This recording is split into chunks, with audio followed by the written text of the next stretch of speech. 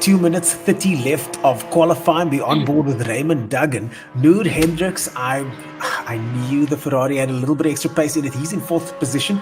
Jason Murphy in 3rd. Sean Buck in 2nd. And Junior McCall, the 12-year-old, the car currently in the pit lane, is in the top spot with just 2 minutes to go. Been on form, hasn't he? I mean, he goes from race to race and is clearly in the top of Pro-Am class. So it would actually be nice to actually see how he would actually feature in the Pro class. There is a slight problem. We were discussing this earlier on. Him and his brother actually at the moment share a wheel. How interesting is that? His brother races in the Pro category and he races in the Pro-Am. They're busy sorting out the wheel issues now because they've just struck up a relationship with ATK. ATK is going to groom these guys and get some extra pace out of Junior McCall and his brother Morgan McCall. I guess that's what you call technical difficulties from a racing driver perspective, you know. So, yeah, we weren't aware of that. And we're like, is he sandbagging? Well, the reality is both of them can't race at the moment. So it's kind of whoever's the quickest during seedings. And at this stage, it's been Morgan that's been the quicker driver, which is why he's been in pros. But Junior certainly making the most of it and showing consistent pace and getting the results as well. So I know he's going to want to go better than a 3rd from last week. He'll want to look for a win, and having nearly half a second gap over the guys now from a qualifying perspective, he's certainly got the pace. And I think that is the sort of thing, you know, you're going to want to try and break that toe, because there's certainly with that long back straight, the guys are going to be able to overtake at the end of that. So, you know, you're going to want to try and make sure you don't have some guys sitting on your bumper. So that 0.5 gap, hopefully you can keep that in the race.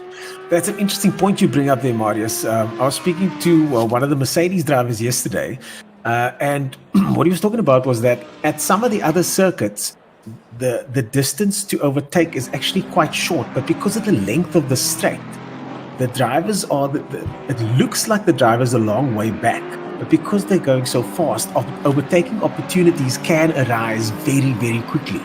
So, like you were saying earlier on, he's going to want to get that gap by the end of the straight so that nobody's going to make a move at the bottom of that long 1.8 kilometer straight. Yeah, well, I know in real life that the toe is quite serious down that back straight, and if you don't have a gap for more than like 0.8 going onto the back straight, the chances of you staying in the front before that right-hander is very, very small. Yeah, that's what makes, for me, that's what makes that long turn 6 right-hander into the left sweep so critical. Is, you know, as a driver, you're thinking about those corners to make sure you've got maximum entry speed onto that long straight, because like Taz said, you're going to get chased down for sure. But I mean, it's proper. That's like 300 kilometers an hour. And then you've got to think about making sure you can make the fast right hand at the end. It was so funny chatting with David Perrell, because he was saying, like, literally you sit there and it's so long that you end up checking your harness, you know, you're pulling down. I mean, this is obviously the guys aren't going to be doing that in the sim, but in the real world, you're making sure you've got everything strapped in case something does go wrong. But good qualifying run for Junior. But I think we're going to have a cracker race. I'm looking for lots of overtaking and a lot of energy and excitement like we had last week at Zandvoort. It's a totally different circuit, but I'm hoping the racing is just going to go from strength to strength, because it certainly has been on an upswing. It really couldn't have been more different when it comes to the type of circuits that we have back-to-back. But we'll be right back to have a look at that those seedings and how the guys did in qualifying. The race will be starting shortly after these breaks.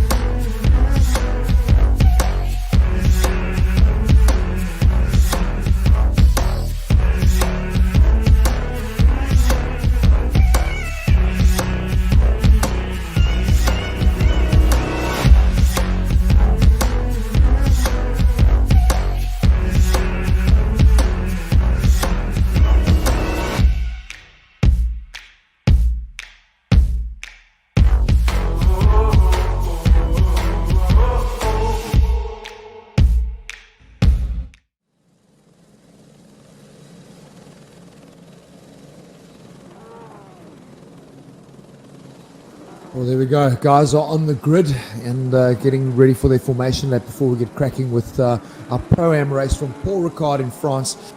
It's a great place to be, France. It's always sunny weather, and it looks like the game certainly set that up for us as well. So perfect racing conditions. No excuses from weather. The guys can really just get down to putting a good race together. Tasman, nice to have you joining us. You missed last week's race. Looking forward to some good action.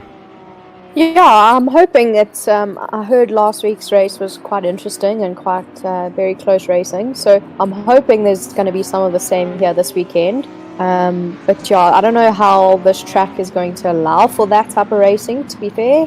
But yeah, we'll have to wait and see what happens. No, it's interesting. I mentioned a few times when we chatted with David Perrell, he was just saying, I mean, obviously a lot of the manufacturers use this for testing because of the good weather conditions.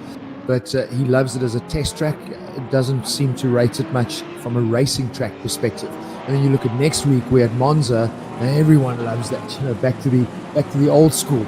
But I mean, this the Castellet circuit or Paul Ricard has been around since 1969. Obviously, big changes made with the French Grand Prix Formula One going back there. So yeah, it's a controversial circuit, but the drivers seem to like it in the game.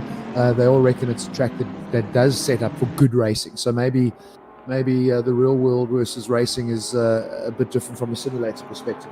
Well, we'll have to wait and see. The man in front, though, is Junior McCall, our third place from last week, and he doesn't want to have good racing today. He wants to go into the lead and run away from guys like Sean Buck and Jason Murphy, who are right behind him in the Porsche and Audi. We know he can do that. I mean, he did that at Silverstone. You know, he got the gap. The guys got caught up in racing behind him, and he got to run away with it. But you can't run away with it. Look at this long straight, 1.8 kilometers. So, like Taz was saying earlier, if you're not coming onto that back straight with like 0.8 of a lead, you're going to be looking in your mirrors because there is going to be a pass that comes along. And in actual fact, you can probably retake the lead. You know, it's so long. The guy can get a pass done. You can get in his slipstream and have a go at him at the end into turn 10 again. So, yeah. 1.8 kilometers does seem a little bit excessive, but this corner over here, the first right-hander at the end of the main straight, reminds us of a very famous corner in South Africa, Potter's Pass, one of the fastest corners in motorsport, and this one seems quite similar at the end of a very, very long straight, hair-raising stuff. Yeah, it's one of those corners that you hold your breath for, isn't it? Every time you come to it, the same thing. You've been through it a million times before, but every time you approach it, you got to take that deep breath in, hold your breath, and you're like, oh, okay, I did it. And you go through it again. The big difference, though, is you don't have a big parking lot to play with in East London. It's grass. And I mean, you run wide there, it's big chaos. It's as I remember in the Polo Cup days when the guys say it's flat. And you don't know, I am flat. And they pull out the data, they're going, no, you're lifting. Yeah, and it's more like it's flat. Easy flat. No, there's no such thing as easy flat. And then, I mean, eventually you're getting it, and then like 4 or 5 laps in, you've got no tires left, and then it becomes a whole different story going through there. I love corners like it. You just don't need 1.8 kilometers straight to make it to make that corner. Because you hit top end, top end, stop end. So. But you were saying there are many configurations to the circuit though, Marius.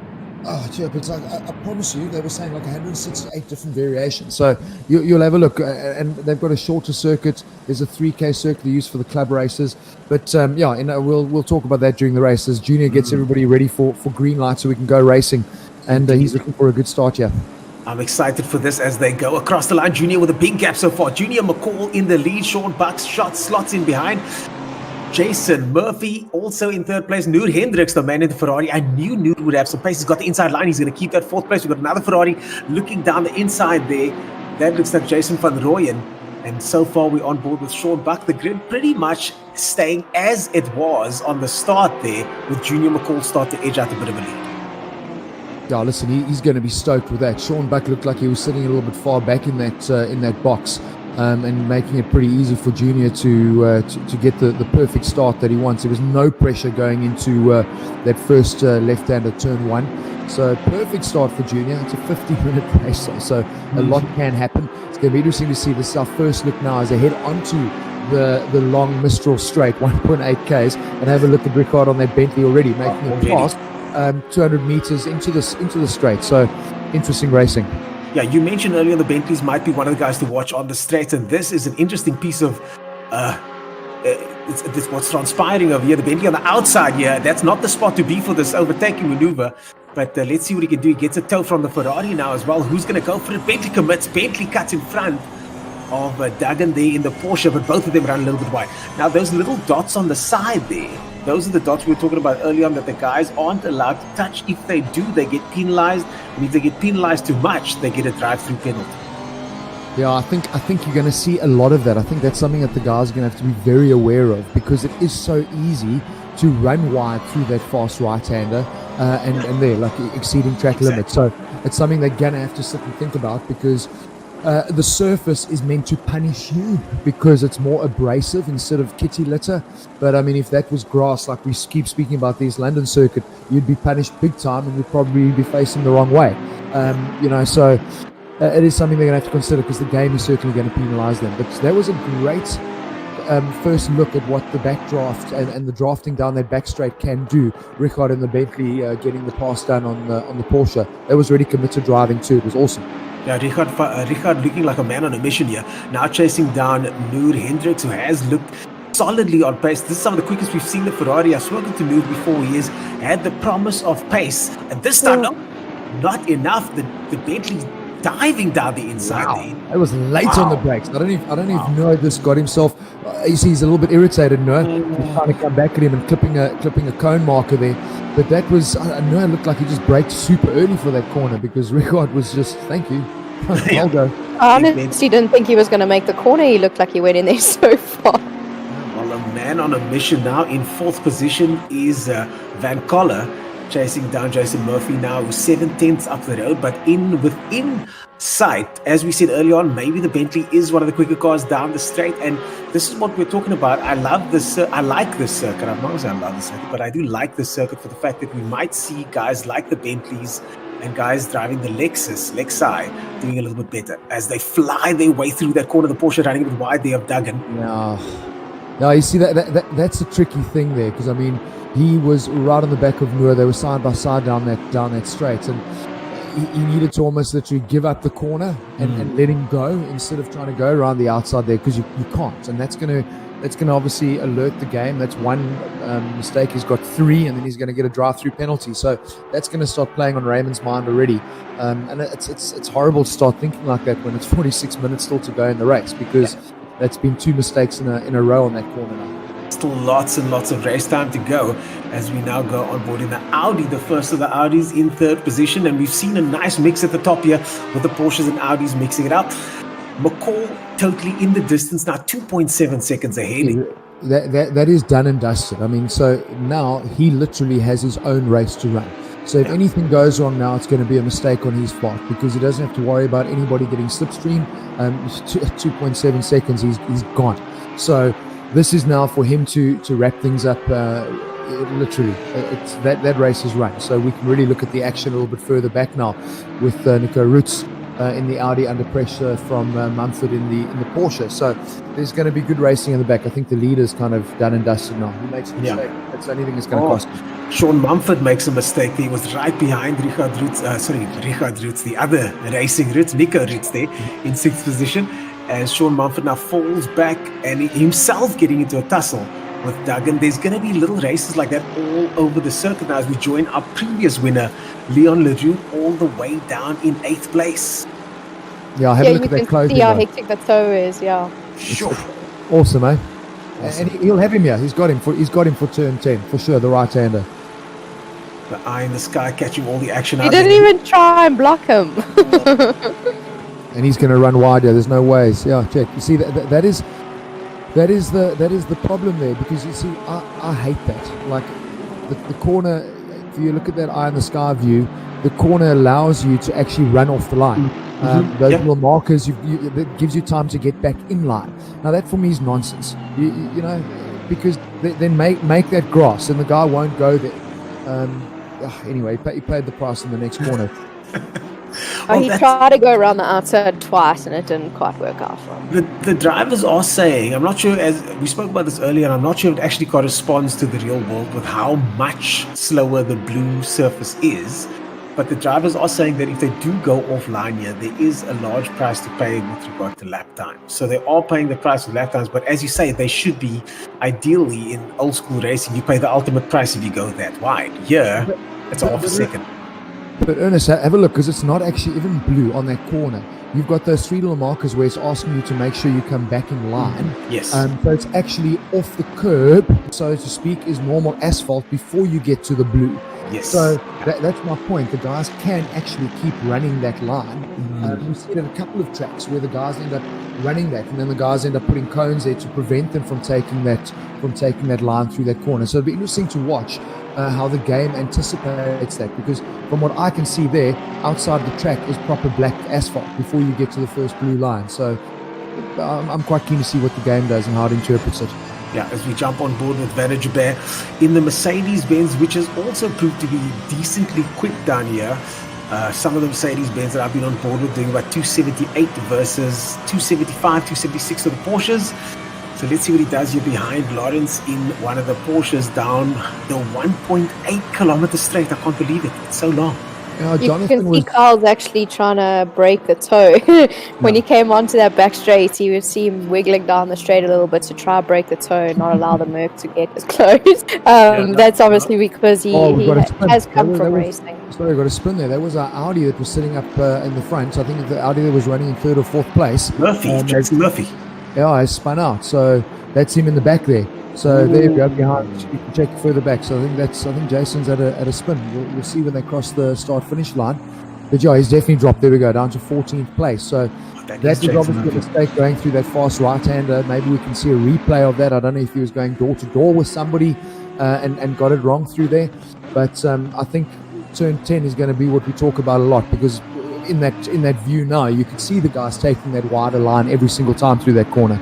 Yeah, and Jason Murphy just dropping down the standings. Nico Roots now having a look at Noor Hendricks in 4th position. Hendricks falling back a little bit there. He was right up behind that Ferrari. Now let's see what he does going through the next corner. He goes down the inside. Roots has got this one. They touch. Roots goes over the curbs. They collide again. And pandemonium here, the Ferrari down the inside. What's going to happen now as they go around the tight hairpin right-hander? Yeah, can I tell you, I mean, this little section of the circuit is not Noor Hendricks' favourite, because that's where Ricard van Carlo got the move done on him as well, and that messed with his rhythm. Interesting to see a replay of that, because they definitely went door to door, and we saw both of them managed to stay on the circuit, so to speak. But the big loser there was obviously Noor Hendricks. I think he might feel a bit aggrieved, but I think he certainly was door to door through the second left hand of that effort. Let's have a look at the replay. It'll be good to see. Noor Hendricks, a man on a mission there, looks of it. This is the Murphy replay from earlier on, going through the sweep there. Yeah, he's just lost it. Oh, excellent. Oh my goodness. Oh, that's a hard hit into the wall there.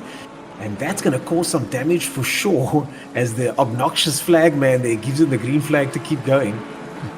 It's a bit insensitive. Yeah. No, like, what are you doing here, buddy? You need to get back on track. He's waiting for the checkered flag. No, because actually, I mean, that's so bizarre to see, because that spin is kind of like if that was AstroTurf on the outside, like we see at Carl. We put a wheel on that, because I mean the corner was done, so it was actually quite. It's that rumble strip on the exit there. There's curb on the inside and outside, and if you grab too much curb on the outside, some of the cars get unstable, specifically the Porsches, and I'm surprised to see not more Porsches making that mistake, as Leon Leroux now, a man on a mission here, having caught up with Noor Hendricks, the aggrieved Noor Hendricks, as you so eloquently put it earlier on, Marius. I do think he's a little bit aggrieved. I think he got a bit of a nudge there as the Audi jumped over the curb. No, but I mean, you know, at the end of the day, you want to encourage racing, and Nico Roots had a great move up the inside, and Noor didn't really give him much space, so they made contact there, and then going through the left-hander, they literally did go door to door, and Noor obviously getting knocked off the racing line. So I'm sure it's something that Jonathan's probably busy looking at now. Maybe we'll get some feedback from him when he gets a chance, but it's really put Noor under pressure now from last week's winner Leon Leroux in the Aston. But he seems to be focused to get ahead of Nico Roots, because he's in sight now, heading down that long back straight, and they're closing capacity and speed is massive with that draft. The body language of that Ferrari is evident. He is a man on a mission. He did not like the fact that he had to give up that position. And with Leon Leroux on his tail or not, that is a hard-charging Loer Hendricks there. But we saw last week, Leroux is the kind of guy that manages to thread his way to the front of the grid no matter what. Yeah, well, he's been good at keeping his nose out of trouble. And have a look. I mean, Noah's made a couple of mistakes. Nico there, so he's gone and lost 2 positions. So I'm not too sure what happened there. It was just out of frame. But this is how Leon got that win. Everyone was making mistakes and getting involved in incidents, and he just put in consistent lap time after lap time and got him the race result. But I feel like these guys are watching in their mirrors way too much, because they're almost watching the race happen behind them, and they all keep making the same mistake. Yeah, for sure. I would imagine that's the case with a lot of these guys. Just trying to keep the car on the track here, but also looking, look at this. We've got the Ferrari in the front here. We've got a McLaren right behind him, Porsche as well. I'm sure that gentleman, Jason van Rooyen there in the Ferrari, has had at least one glance into the back. It's nice to see the McLarens in the mix for a change. Yeah, I love the look of that car. It's so sexy. I mean, it's one of my favorite brands to drive as well. I think I love that. That's a big shot. And as we were saying earlier on, Jason van Rooyen under a little bit of pressure there. What is going on here? It's usually everyone's watching each other too much, like I said. I think so. Yeah. But Taz, remember what we were saying earlier? Like, it's a colourful track, but when you're racing, you don't see it. You focused on the black stuff here. But I think because it's flat, I think it is difficult to find the break points and the turn in, because you don't really have those references, and a lot of these corners are those type of righting to a left and getting that lined up, and they're simply making big mistakes. So I don't know, maybe it is just a difficult track to pick your point. Yeah, I think, and also like you said, some corners flow straight into the other corners, so if you mess that first corner up, you're now obviously correcting that mistake, and it's pushing you off into the next mistake. Yeah, it's that rhythm. That's what we saw happen to Noah, where he made one mistake on the one corner, and you end up getting sacrificed big time down the line. But this is a good battle that's going on here, because Nico hasn't given up that position, but Leon giving lots of space, and that's what we've always been talking about. If you are going to go racing, you are going to go door to door. Be fair. The guys there. Look, he's gone and run off the track now. So yeah, I think guys are losing their way as they're looking in the mirrors, as they get into battle. They're kind of struggling to find out where they are on the track. It's tricky. Yeah, so tricky. Leon Leroux now at a massive disadvantage. He's got 2 Porsches on his flanks now. He's got a big problem going into the next corner. He's got Mumford and Duggan here in the mix. Mumford on the inside there. We've got, and that's it. 2 Porsches go past Leon Leroux. All of that work now for naught, as Leon Leroux slips back 2 more positions.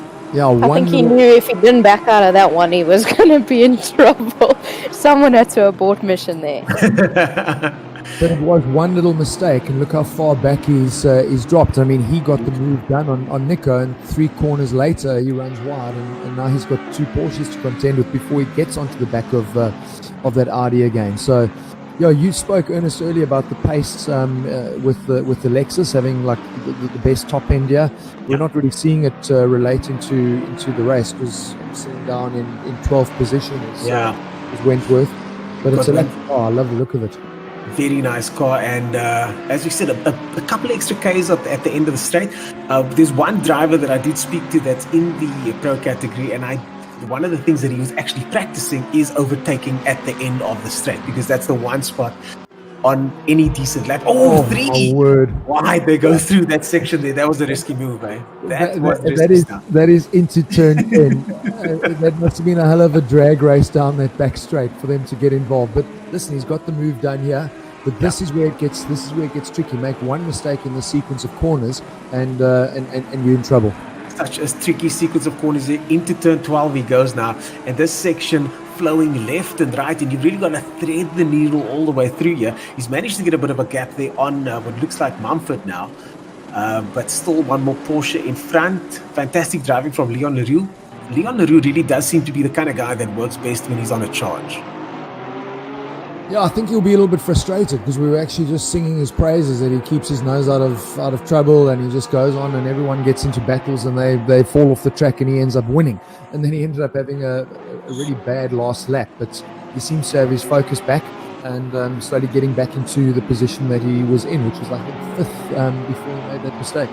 Yeah, Leon Leroux looking good there as we go on board with Lawrence now in the Porsche. Lamborghini also in the mix. The first of the Lamborghinis there behind him in 18th position, looks like it. And finally we see some of those Lambos. They haven't featured much at all in the last couple of races. Such a shame. It's really a good looking car. One of my personal favorites, but just not on pace with the Porsches, Audis and the rest of the guys. And it is quite bizarre because it is an Audi after all. So they're running with very similar underpinnings. So you'd think the guys would go for the Audi, but here's Nico Ritz under big pressure coming onto that back straight. So that's definitely Raymond Duggan's going to get the pass done here for sure. And just behind, have a look at the Aston. Watch it close here. Amazing. Oh my goodness, unbelievable. Double draft. It's cool.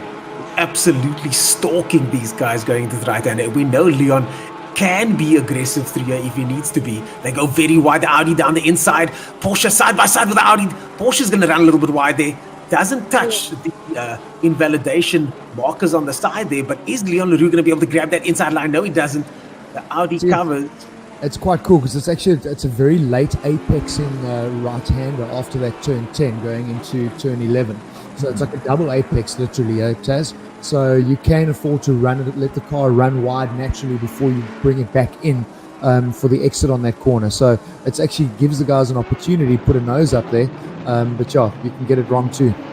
Well, we've seen two moves around the outside there, and both have got through and managed to maintain that position in front. So, like you said, I think it is a double apex corner, and the outside line can work as long as you got that, like, your nose in front of the guy next to you. So, I said. But like, I've been noticing a lot of guys using too much road on the exit of the corners. So I kind of feel like we're going to start seeing a little bit more penalty showing up, like in a couple. But that's the point. If you go and look at that turn 10, the markers where they've got to come back in line, as long as they do that, there's no problem, and they are doing it. So you actually can run off the track there. And that's what irritates me with that circuit, because for me, you shouldn't be having two cars going through that turn 10 side by side. You know, it feels like that type of corner. There's no ways you can hang on the outside, but you can because you've got all that margin to play with. And you don't get penalized for it because the validation of the corner is further down the line. So it's little things Marius, I think that they've done it on purpose though, to allow for someone to catch a toe, and always the guy in front is always going to go up the inside. So you're never ever going to see an overtaking maneuver unless they did something like that. So I think they've done it on purpose to allow more overtaking to happen. Overtake's done, Taz. It's like, for me, you're going to get, like, now you've made the move, but the guy comes back at you around the outside. Yeah. You know what I mean? Because he knows he can run wide. There's no curb there. There's no grass. There's no anything. It's just extra asphalt. Watch it. It's bizarre for me. Yeah, I think you might be right a little bit there. Not that I'm actually really agreeing with you. Adrianza smacks it into the wall there, just as we're talking about the corner. The Bentley just missing out on some of the action there. That's a second Audi that's in that exact same thing. Yeah, exact same way. I think there's some sausage curbs on the outside there that are actually kicking them up. They are, and the Audis seem to have a lot more dampening on this, well, in general, and the car seems to be a lot softer. But I think once it gets to that point, we've seen this before, we saw this at Kyalami as well, once it bounces and it bottoms out, the car gets airborne, and that's the end of that. Because that was James Murphy that spun earlier, and look where he's now in 15th, because he obviously took a hell of a lot of damage. I'm sure would have gone into the pits maybe to get it fixed, or he's continued racing, because he slammed that inside wall, and now we just saw that happen with another Audi. So yeah, it looks a little bit unstable off that line. And Rino Adrianza doing well after last week, much faster this time, way up the grid this time. Unfortunately, one mistake, and that's all it takes as we go on board with the first of the McLarens here in 12th position. Strauss, car's looking a little bit beat up there. I think he might have had a couple of tussles on the way to 12th place. That's racing. He's still got 29 minutes to go. But guys, I think we do need to also focus a little bit on Junior McCall. I know it's tough when you always get the leader who checks out and no one ever takes notice because the camera never gets back on them. So I think he's actually driving a really good race, and like we saw in Silverstone, once he got in the front, he just went away with it, you know. Absolutely decimating the competition at the moment. 9 seconds ahead of guys that aren't slouches, guys that have won in this class before. Junior McCall in a class of his own at the moment. Yeah, it's amazing, man. Nearly 10 seconds after 20 minutes of racing. It's brilliant. So I think when the family gets the second wheel, we're going to be seeing 2 guys. I think he deserves a second wheel. Dad, come on. Why is it taking so long? I've spoken to McCall Senior, and McCall Senior, the manager and agent, has promised me that another wheel is on order. We have a look at it was quite cool. Raymond Duggan thinking about having a go there, outbraking himself a little bit, but right back on Nico Ritz. And Leon Leroux's now obviously got that pass done, so he's back where he was. Remember, he was going door to door with Nico Ritz when he ran wide, dropped all those positions behind the Porsches. Well, he's back up into 5th position now. And now he's got to focus on Noah Hendricks and that Ferrari just up ahead. But there's big gaps first, second to third. Ricard from Collar looking like he's having a really good race in that Bentley, but quite a big gap. He's got to try and close down to Sean back in second, but this is where the battle is. It's the fight for 5th, 6th and 7th. Yeah, fantastic to see that Bentley in 3rd position there. But as you say, the battle for 5th, 6th and 7th as Leon Leroux starts to pick out a little bit of a gap. But Nico Roots behind him now getting serious pressure from Duggan. And yeah, coming back straight. Oh, he's gonna get a good drag down here. And this is going to neutralize because Nico's got the toe on the Aston. He's got good exit speed out of that corner. Climbing on towards that Aston. Look at this. Unbelievable that the way he's closing that gap so fast. I don't think this Aston is very fast in a straight line because when you watch him actually behind in the toe, he doesn't catch as much as the other guys can. No, let's see. This is what you were talking about earlier. The Aston tucks back down the inside. The Audi runs wide. Was there contact there? And off goes Nico Roots. That was like to see that again. It was definitely contact there. Love to see that replay. That was a bit of a risky move back from Leon Leroux to try and tuck it into the inside there. I mean, that bumper would have been close either way. Yeah, but listen, you just need a little bit of a touch there. I mean, Taz, that kind of, you know, that also reminds me of is Pakisa, that first right hand off the back straight. You know, when you go into that fast swoop and you're there, you can go door to door, but the slightest of touches and it's going to end in tears. Yeah, yeah, you're going to end up on the oval, that's for sure. Wonder if we can be able to see that replay. I'd love to see there was contact there. That is an interesting bit of work for Jonathan Dents later on. If there was contact, was it the racing incident? Leroux really did commit fully to gaining that position back. That was good thinking from my perspective. If they didn't touch, well, okay, that's good.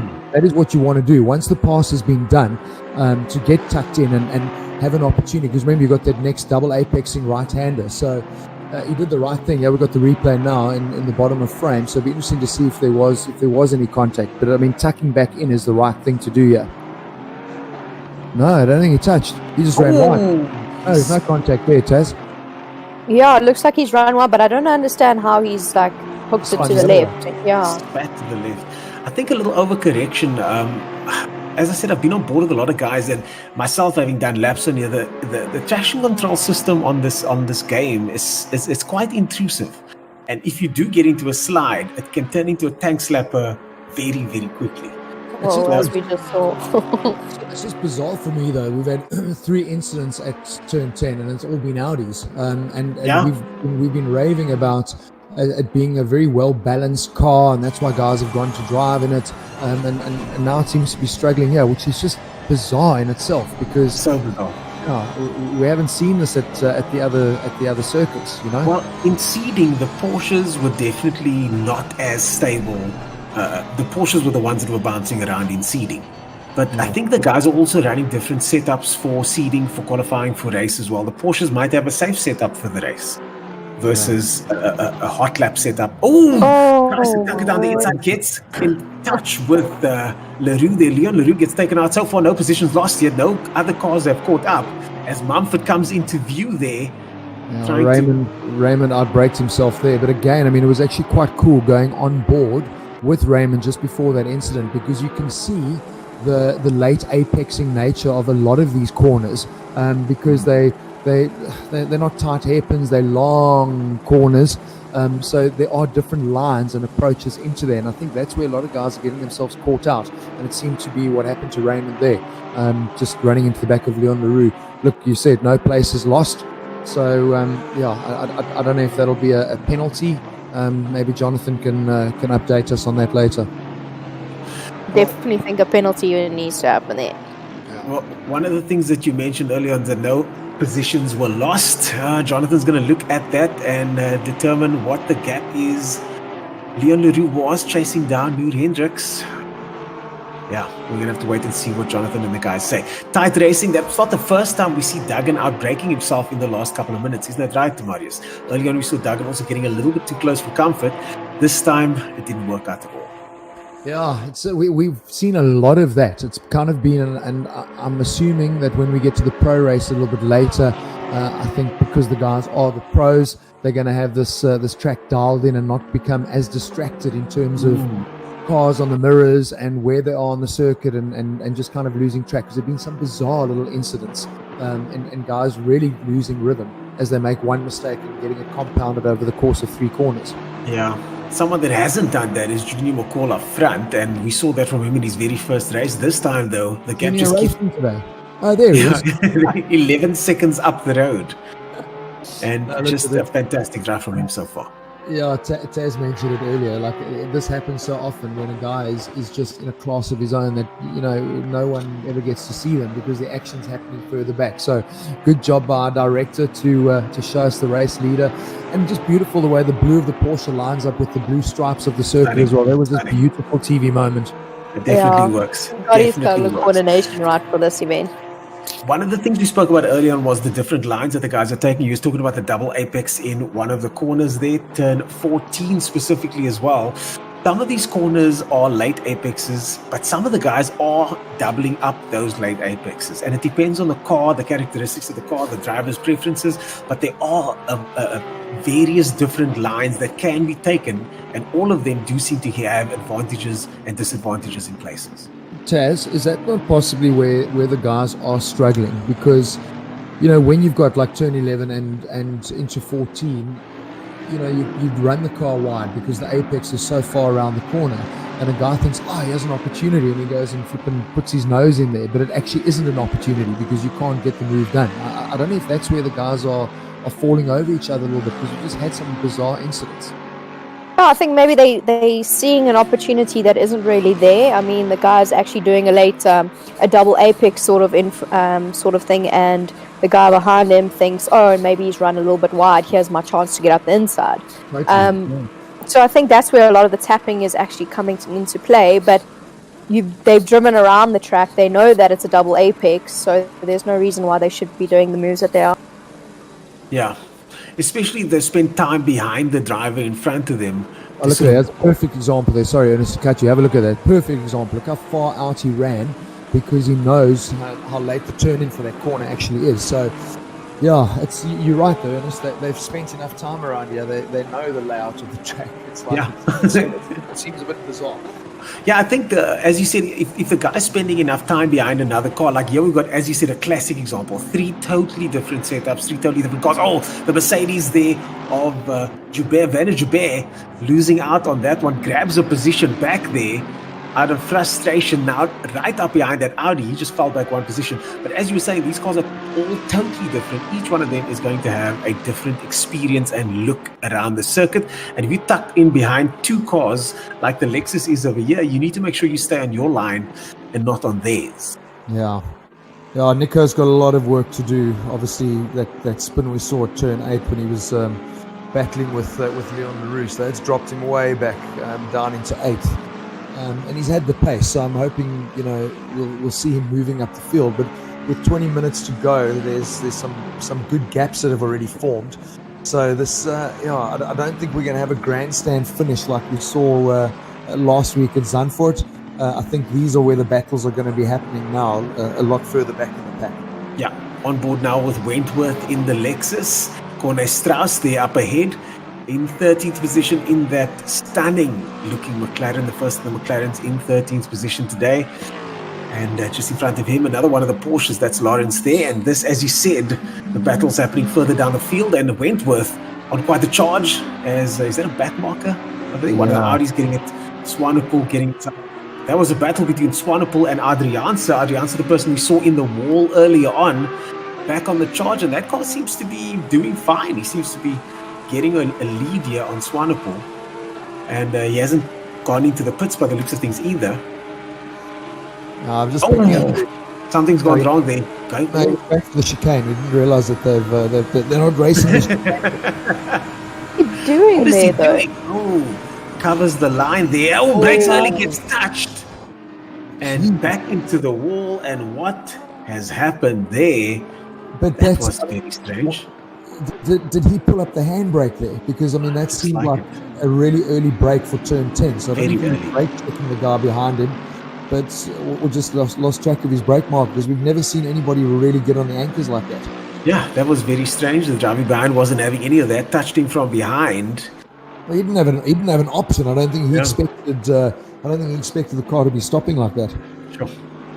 As we go on board now with Vanna Joubert. I'm just thinking of our incident reports. Oh, good luck. Good luck. It's going to be a lot. We might have hours. Yeah, I'm excited. And you guys normally cut it down, so expect a 3-hour one this time because I think we're gonna have quite a few incidents to talk about. Yeah, it's really just bizarre. I mean, I've seen some unusual incidents. You know, we had like really good clean racing last weekend. And I think the circuit being so narrow, you kind of get sucked in. That is the line, and that is where you go. There is only one line. Yeah. On a wide circuit like this. The guys just end up putting their noses in places that they shouldn't be putting them into, you know, and it's caused a lot of incidents. It's made for fun commentating for sure, but not great racing. Scutter gets a 15-second penalty in the Ferrari there for running wide, I'm sure. As you were saying earlier on, for sure, I really thought that we'd have better racing here versus the previous track, but because of the nature of the previous track, as you said, there's one line. This one, the correct line is split across various different platforms of cars. As we now look at the Lexus over there. This does look like the only real battle that's happening on the circuit at the moment, because if you look up that leaderboard, have a look at the gaps that have already formed. I see Leon Leroux is a second now behind Duggan in the Porsche, so it might be nice to go on board there because that's going to be action. There we go. Good work. That's going to be action on that back straight. If you can get within half a second, we're going to see an overtake move at turn 10 for sure. Yeah, Leon Leroux known for being able to go on a hard charge. Nico Roots also just a little bit further back there. Sean Mumford in the mix as well. And Duggan here in 5th place. I'm sure Leon Leroux would not mind that 5th place. That gives him an opportunity to get some points as well. Yeah, look, he's going to want to go better than 5th after winning last week. I think for him, it's Duggan is the first guy to get past. I think Noah's a little bit too far up the road, but this is actually a good result. We haven't spoken much about Noah for a while. He was involved in a couple of mistakes and a bit of door-to-door stuff and getting knocked offline, but he seems to have settled into a rhythm now, and this is going to be a great result for him. He's best. Yeah, in seeding, he was running in a similar position. Being the 4th best in this class in seeding, and now getting his best result so far. It's not over yet, but so far in 4th position, and he has said that the pace is there. He's just struggling to string a lap together, and he's stringing quite a few laps together now as Leon Leroux goes through the high speed turn 10. Yeah, Taz, your point about the Aston being low on natural top end is clearly evident there. You know, he's got to get the gap closed. Door to door through turn 10, that takes commitment. He's got to get the gap closed through the tighter technical section on the circuit because he's not going to out-drag anyone. No, and it's actually quite surprising that the Aston is so slow in a straight line.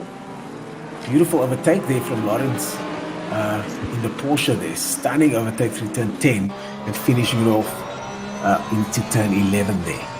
You see, and that was a great example of running wide. Lawrence let the Porsche run out wide, touch the Bentley, but I've got no issue with that. That was door to door. Yeah, again, you see the Bentley is putting its nose in somewhere that it shouldn't be getting. Yeah. Big contact there. Strauss in the McLaren getting involved in that one as well. So that's definitely going to be an issue. But it very much is that. The guys take the correct line, which is a wide line, and the guys think, there's a chance to overtake, and it's not. So they've really fallen over themselves. Yeah, the Bentley now slotting in behind the Porsche, and Strauss behind Wentworth in the Lexus as we go on board with Kyle Lawrence in that Porsche now. Is he going to be able to stretch this lead? The Bentley not too shabby, but that collar, one of the other Bentleys in third place. So the Bentley does have some pace here. It's nice to see those Bentleys finally starting to get a little bit of pace at some of the circuits. Yeah, we mentioned it right in the beginning. I mean, in the real racing, Jordan and his team got a win here last year. So the car is good. They do a lot of testing at this track, so they know it well. Got a good replay down below. He has that incident. Oh, yeah, no, he's definitely going to be in trouble there. Is Cornet totally outbreaking? Well, thankfully, his incident there didn't cause too much of a headache for anyone. Everyone retained their positions and with a bit of bruised egos, but I think he may just get away with that one. Johnny, you're very soft from an audio perspective. My side, just what is the policy though? Because like for me, everyone kept their positions, but a mistake was still made, and you've got to knock the car off track. What's the approach there? Look, I think he did definitely make a mistake, but everybody maintained their positions, and there was no lasting effect from that. I think on that basis alone, he'll probably get away with it unless a report gets filed that against him specifically. Then we'll take a deeper look at it perhaps tomorrow night in our review. Have you been as puzzled as we are by all the incidents, like silly little things, cars falling over each other? Do you think it is the nature of the circuit with late apexes and cars obviously running wide, and guys think there's an opportunity that actually isn't there? Because there's been a lot of clumsy stuff today. A lot of the guys have been out braking themselves and just running wide, and then the car behind sees an opportunity and goes for it. But I must say, most of the incidents I've looked at so far has just been kind of scraping paint a bit, and I think to some degree they're allowed to do that as long as you're not penalizing the other driver and taking advantage of it. But yes, the list of incidents is long today. But like nothing hectic, but just clumsy little falling over each other scenarios, which I'm putting down to just the nature of the circuit for sure. Absolutely agree with that. Yeah, the guys do think he's outbraked himself, but he actually hasn't. That is the line. And maybe, like we mentioned, you have it at a track like this because it is wide. You've got a lot of play area, whereas in Zandvoort you don't. So you kind of follow my leader through the line. Yeah. Look on the bright side, Mario. What, sorry? Look on the bright side. We get to argue tomorrow night. No, I don't want to argue. I think we're all gonna have the same. Nico Roots under pressure there from Banner Joubert.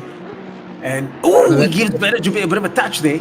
Bit of a nudge. Banner runs wide on the outside. Is Nico going to be able to take it back? He does. Will he relinquish the position again as they go through the long right-hander? Oh, that's naughty, seriously. I think he should have given that back. As always, the Mercedes has a look, touches the Lexus, and look at that. Jonathan, this is exactly a perfect point there.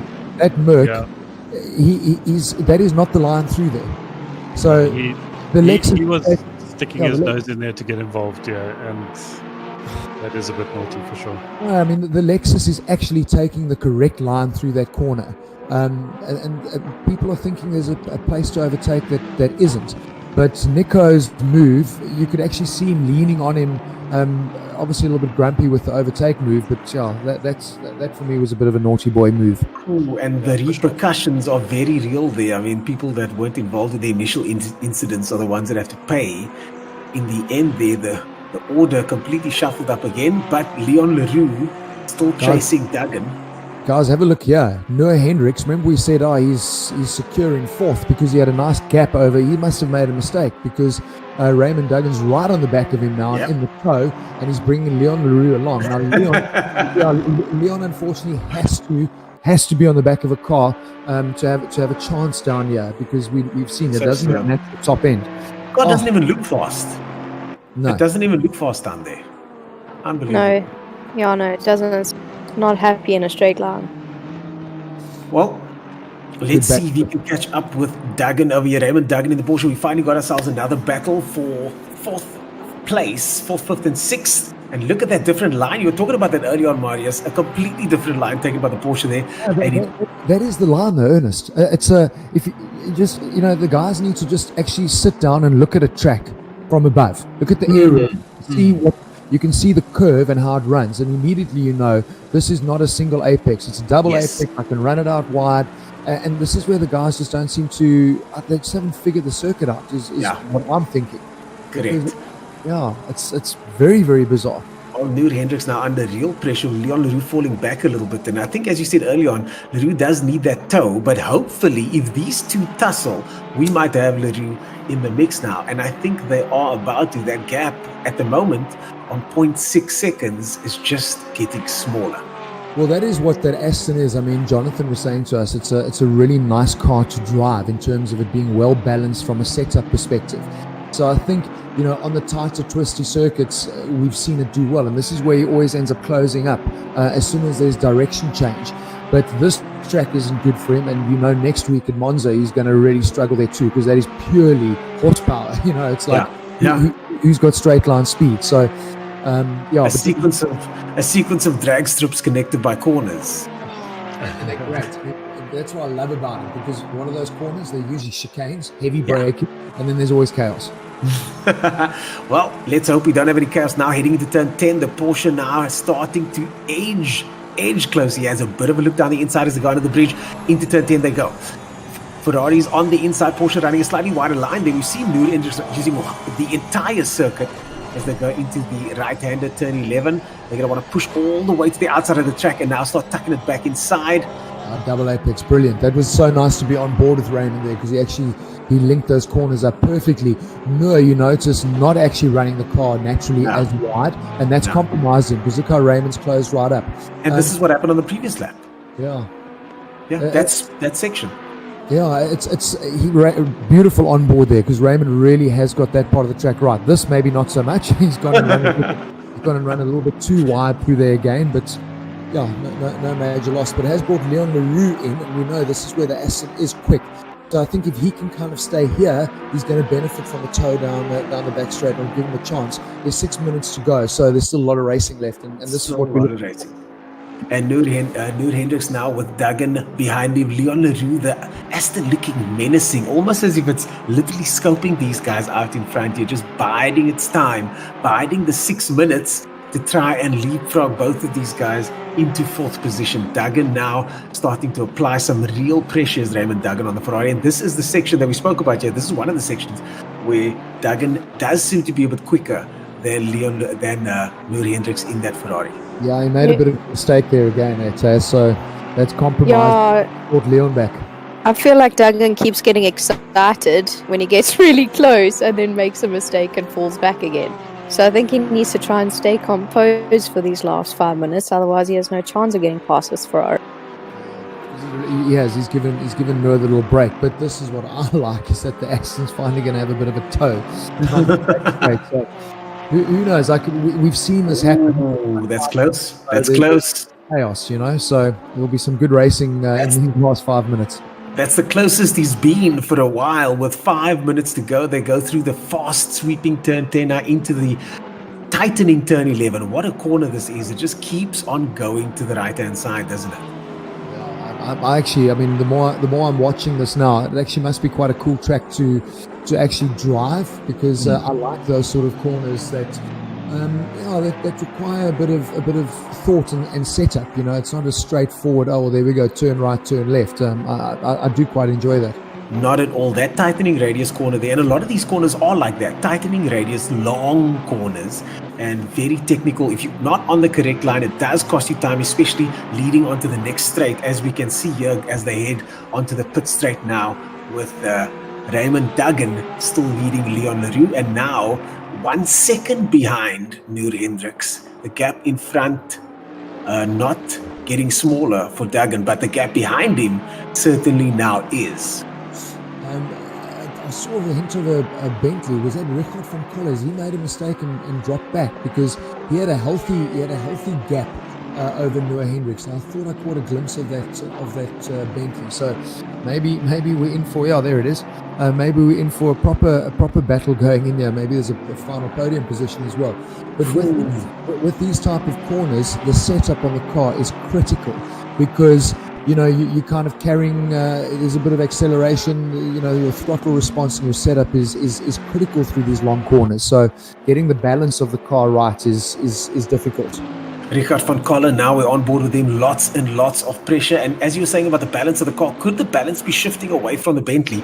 He had a 1.9 second lead 1 lap ago. It's now down to 1.8. And we're watching that counter there to see 1.3. Oh my goodness, Marius, we've got ourselves a race here.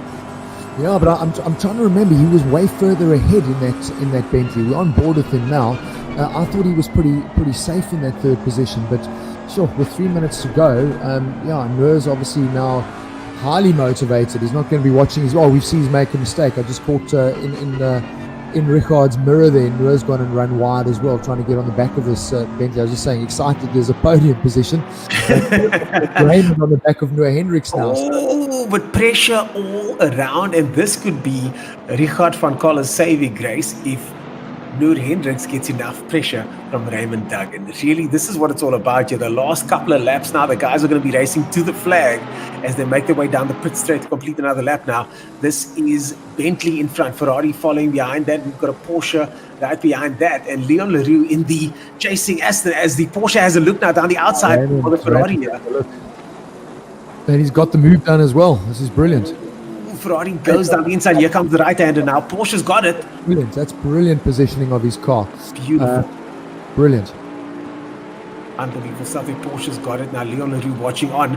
Now, is Duggan going to have the legs to be able to catch up with Van Coller just up the road? Van Coller now only 1.1 seconds ahead when we last checked. The new times are coming up 1.4 seconds. So the gap has increased ever so slightly.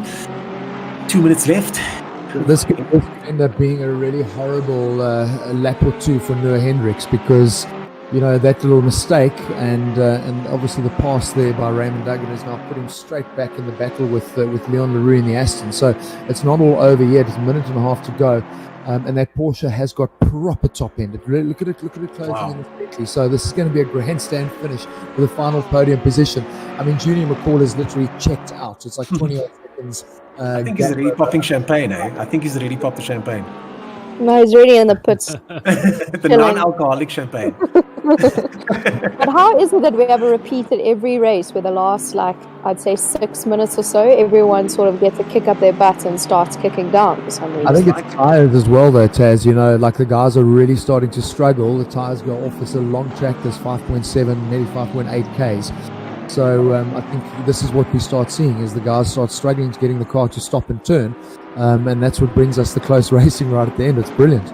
Brilliant stuff. Van Coller now is going to have to go defensive as they're going to turn 14 onto that last tight right-hander, heading onto the main straight 4. Nose to tail. Who'd have thought we'd see this so close to the finish? 32 seconds left.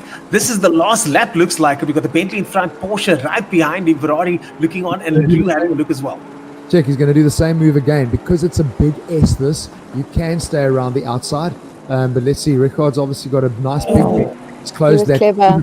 Yeah. Very good driving there from Van Coller. He knows it's only 1 lap left. He's making sure that Duggan now has Noor Hendricks to worry about as well. This is awesome. I thought Noor was out of it and he's kind of come straight back into it.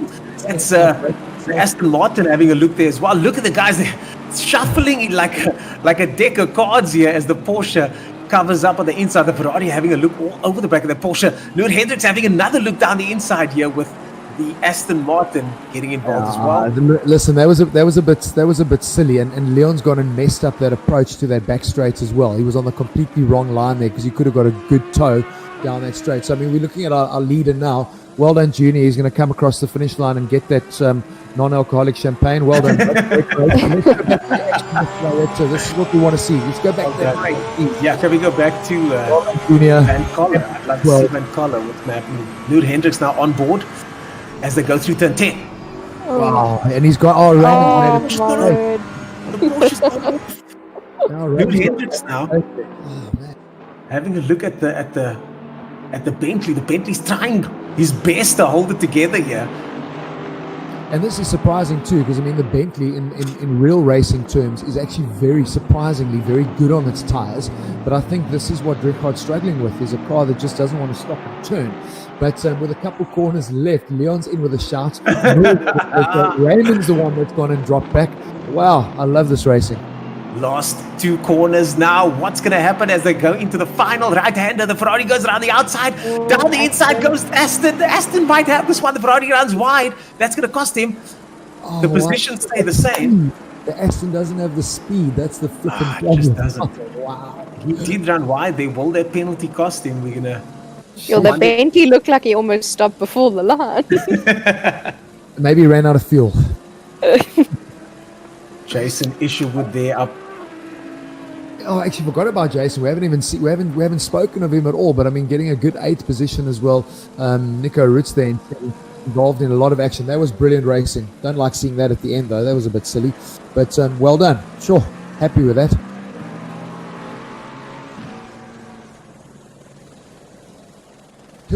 Okay, so we're gonna catch our breath. We're gonna take a short commercial break, and there's a lot of fun stuff to talk about. That last couple of battles with for 3rd position was super exciting. We'll see you after that break.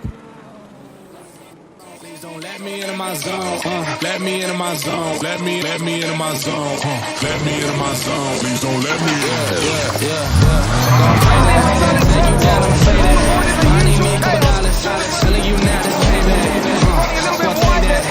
So now we're saying I've been going to the top and I got what they not, so I know that they hate that. But he had to slip down all the way to turn one and gonna zone out.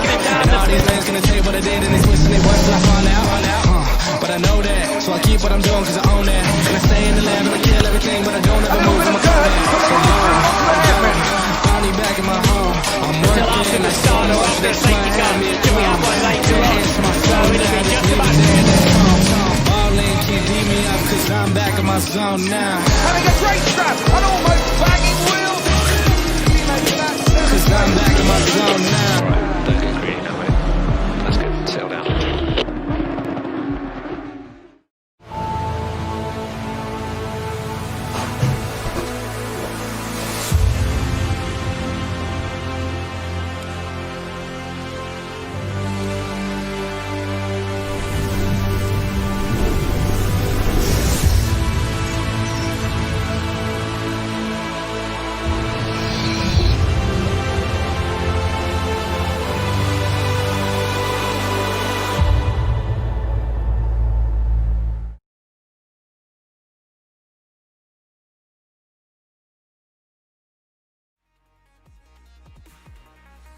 And we are back with those classifications. I always get surprised when I see that young face on the top spot of the podium there. That, of course, is the face of Junior McCall, the ATK driver in 1st position in a class of his own. Isn't that right, Marius? Oh, it was brilliant. I mean, we said in that formation lap, he had 0.5 in qualifying the gap. And we just said if he gets a gap, we've seen him do it at Silverstone, he's going to run away with it because guys are going to trip over themselves. But we didn't see much of Sean Buck in 2nd place either. So a great result for him. I mean, they literally were just putting in consistent lap times. But I mean, Junior, seriously, in a class of his own. 3rd last week, winning again, yeah, 1 in Silverstone. And a great result for Ricard van Coller. It was a tough weekend for him last weekend. Those last few laps were brilliant on his part. That Bentley obviously really struggling to stop and turn, but he put it in all the right positions to secure that 3rd position. He was under massive pressure in the end. Massive pressure. My drive of the day, those last couple of laps, to be able to withstand the pressure from the caliber of guys that he was facing that pressure from and still managed to end up in 3rd place with a clearly slower car Ricard van Coller, well done for getting that third place. Sean Buck, as we said, and Junior McCall in a class of their own. But overall, fantastic racing, especially in the midfield. We saw a lot of guys in the midfield having some great tussles. Having said that, though, some sloppy racing as well. Some sloppy racing as well from some of the guys further down, trying to learn the circuit. But someone that was most certainly not sloppy, someone that was precise all the way through. We didn't even see him, he was so precise, is Junior McCall, and we're waiting for him to join us in the next couple of minutes. Marius, your thoughts on the young man, Junior McCall? Listen, I mean, I've got massive respect. We saw the first time I got to see Junior, obviously, was at that round 1 in Kyalami, and he was super, super fast. Made a couple of mistakes then, but since then, he has been consistent. Junior, what a drive, my friend. Thank you. Hey, like, it looked like you were the only one that knew the circuit because you were like 20 odd seconds ahead of everyone. Do you like Paul Ricard? Is it a good track for you? Yes. What's the most difficult corner? Because we saw some guys doing some crazy things through turn 10 on that long back straight. Were you having coffee while you were on the back straight? You had such a big lead. No, but the hardest corner is actually almost all of them are hard. It certainly looks like it. It certainly looks like it. The type of corners that they are, they're long. You've got to stay focused. You've got to concentrate there, and you can't make mistakes. But you didn't make any mistakes, at least none that we saw. How was did you feel like you made no mistakes? Did you feel like you had a good race? Yes. Awesome. Junior McCall there. Yeah, you got another one for him, Marius? Junior, before you go, we just found out now you and your brother have been sharing wheels. We hear that you're getting your own wheel, so we're going to see you in the pros then for sure, eh? Yes. Is that the goal? Yes. Oh, man. Listen, super, super stoked. 12 years old. You could probably drive your mom's car. You look good. Marius, you're not allowed to tell anyone that, man. Well, you were at that age. I mean, this is what's so exciting is that guys can go like Junior from sim racing and actually skip karting and go straight into something like Polo Cups. I mean, the guy's got the talent, he's got the pace, and that's what we want to see. The guys putting this into real world terms. So Junior, absolute legend. Well done, bud. 12 years old, 2 years away from Polo Cup. Wasn't it Van der Linde that got involved with Polo Cup? Just 14 years old, wasn't it? Yeah, Sheldon. You turn 15 as you're allowed to start racing. Sure. Well, Junior McCall certainly showing the potential to be one of our pro racers, but for today, he is our Pro-Am winner at the top spot of the grid. At just 12 years old, right behind him is another hard charger, Sean Buck, who, as we said, also in a class of his own today, didn't really have much competition after the start there. Slotted into second position. Sean Buck, how was that race for you? You seem to be off into the distance and we never saw you again. To be honest, I still think Junior is an animal. I mean, it was a shocking qualifier from my side, so that stunned me a bit. I had to get my wife in here just to calm me down a bit. But other than that, it was just pure adrenaline from the get-go. And I saw lap 1, there wasn't a chance I'm going to catch Wilkin. But I thought, let me just keep my head down and go for it. Sean, just a bit of a technical question. We saw a lot of silly little incidents further back in the field with guys really struggling with the circuit, with the late apexing where the car runs wide and double apex bends where you've got to pull the car back in. Is it quite a technical track? Because the guys really seem to be struggling, going for moves that aren't possibilities. What's the Ricard layout like for you? Do you enjoy the track? I actually enjoy the track. It's a very, very technical track, as you said. But yes, that double apexes and a couple of corners, you have to really focus very hard. I think during the qualifying yesterday, there was a time where I just switched off because I just could not get a corner right. So it is a very, very technical track, but I still do enjoy tracks like these because they make you, they force you to be consistent and you have to hit the markers at the spots. You can't do silly things. Sean, is it difficult as well? You look at this loud. It's obviously the track's wide, but so is the facility. So hard to spot your brake markers. It's a fairly flat circuit as well. Is it quite difficult with the wide open spaces to nail the turn-in points? That's true. There is a few corners where you don't really have a braking point. You kind of go by gut and feel. I still don't know how the big league boys are doing it.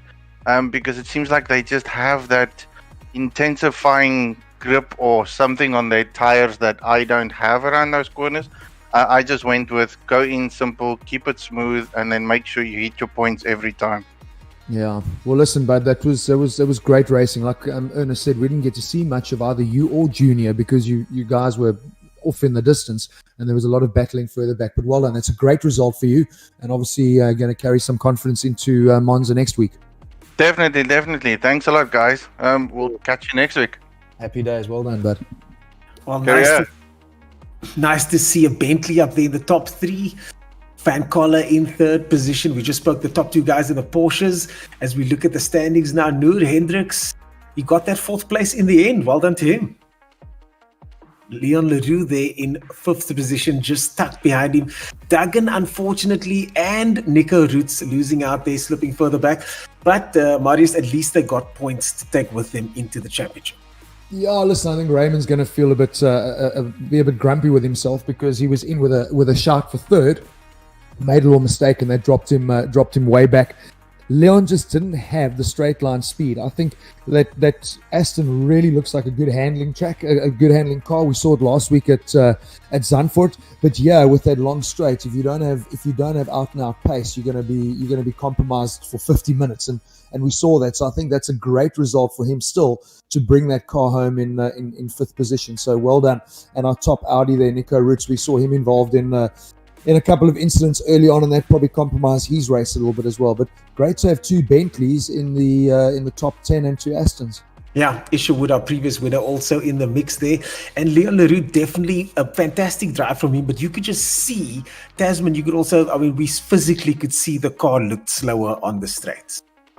Yeah, I don't know if we're going to see much of an Aston in the top of the pro class. They do seem to be lacking some outright speed down the straight. So I think we might see Porsche again at the top, but I'm hoping that it's not going to be the case. Well, I'm interested to see how the Porsches do in the Pro division. As we said, the Porsches, when they hit the bumps here, they do get a little bit unstable, especially with these guys in the front. The times the guys are doing in the front, 34s and 33s, are exceptionally fast, and they've got to push very hard to get that pace. I think there's going to be a difference in the way some of the cars react up front, especially the Porsches and the Audis. And I'm wanting to see if the Mercedes might have something to say about those Porsches and Audis up front today.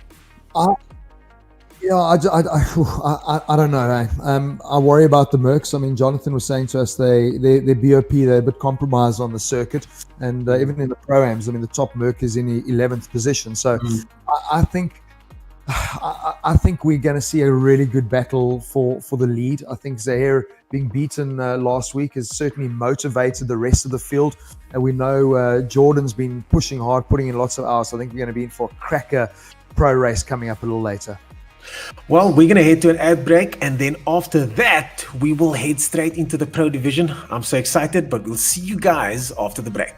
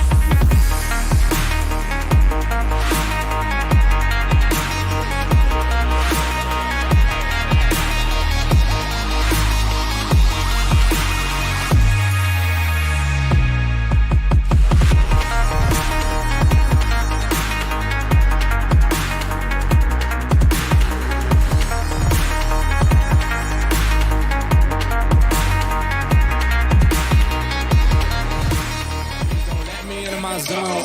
Let me into my zone. Let me into my zone. Let me into my zone. Please don't let me in. Yeah. Gonna play that. Take you down, I'ma play that. I need me a couple dollars. Telling you now, just pay back. So I pay that. Ask him now, we'll save that. I've been going to the top and I got what they not, so I know that they hate that. He had to slip down all the way to turn one, and he's breaking it down. And all these men gonna tell you what I did and they twisting their words till I fall out. But I know that, so I keep what I'm doing cause I own that. And I stay in the lab and I kill everything, but I don't ever move from a Kodak. So finally back in my home. I'm Still asking the start off the safety car. Do we have one later on? So it'll be just about Ball in, can't beat me up cause I'm back in my zone now. Having a great strap on almost bagging wheels. Cause I'm back in my zone now. Alright, don't get greedy now, mate. That's good. Settle down.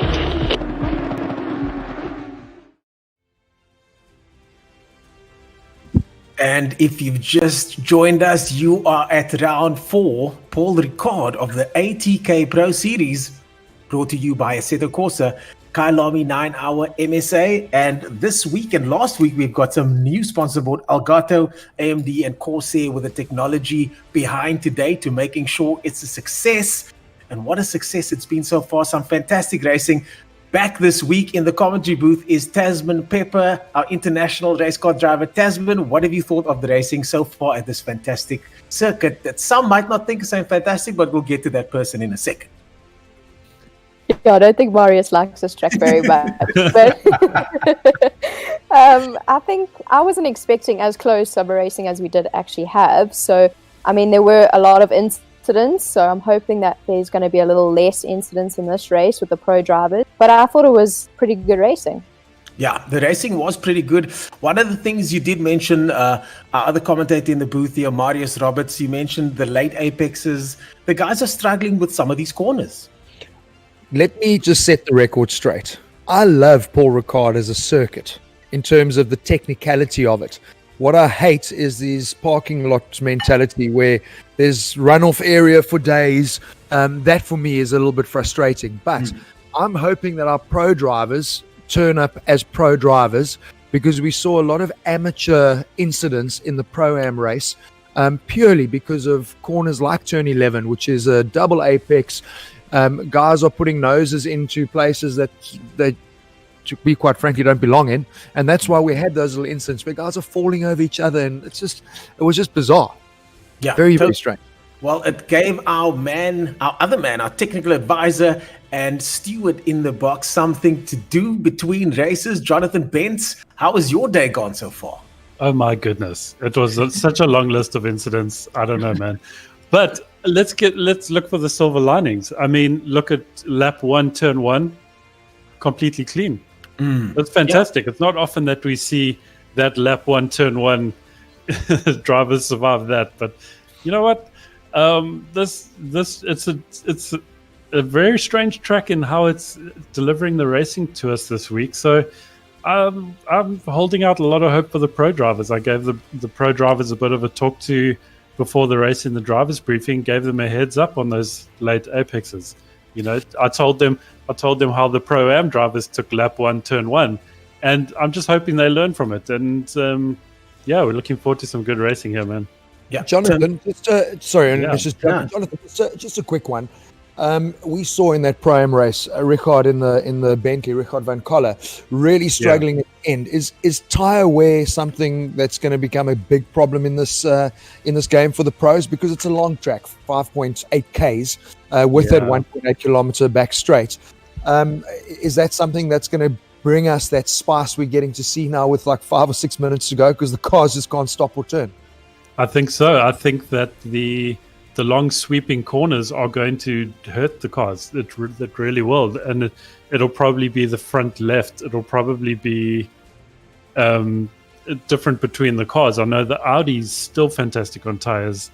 The Porsche is not great on tires, although you'd never say so from Junior McCall's win. So I think tire wear definitely. And John, just we saw some bizarre, like through that fast right hand at turn 10, 3 Audis completely lose it in like a bizarre fashion, because there's no curb there. The guys can run wide, bizarre. Like The Audi has a of very that one? Yeah, I think it's similar to what we saw last week, where the Audi has this very strange characteristic in the rear end, where it will either on corner entry or corner exit, the rear goes into this slow slide, and it's always seems to be there, no matter how you set the car up. So I don't know if that's perhaps affecting these guys in a corner like that, because that turn 10, you just ever so slightly dab the brakes and shift the weight to the left there when you turn in. And that first apex is not really very scary. It's the second one that's difficult, because it's closing in on you and you can't judge braking points, and you're not sure how to do it, and other drivers do it differently to you, and it's that next apex that's the problem. What I picked up on there, quite clearly, the guys will see now in this pro race, you've got those three little markers further down that require you to obviously move back onto the traditional circuit, so to speak. And what it seemed like for me with the Audis is that they were almost scared to maybe run that wider line, and it was almost like they think they're going to run over, so let's make a correction, and that's when they end up losing the car, where it's almost better to have used that bit of asphalt that they've put outside. Because a lot of the guys did. They actually went over the curb and used that part of the track, because it seems like that's what they've done. They've made that the racing line. Yeah, I have a question about whether the game, and I'm not 100% certain on this. I should ask someone from the ProAM race quickly.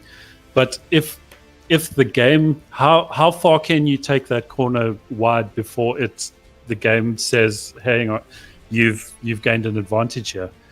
You're talking about the sweeping turn 10 right-hander. Yeah. Well, as we said earlier on, there are markers on the exit of that corner. As long as you don't hit those markers, and you pointed out earlier on, Marius, you can run very wide there, but tuck it in immediately as long as you don't touch those markers. And we saw a bunch of guys do that in order to either hold a position or attack for a position.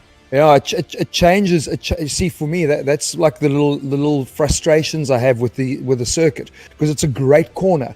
But if you do away with that and you put grass there, then the guys, you don't have to make this mark for them to move back in, because the guys wouldn't put their cars there, because you're going to get compromised in a seriously big way.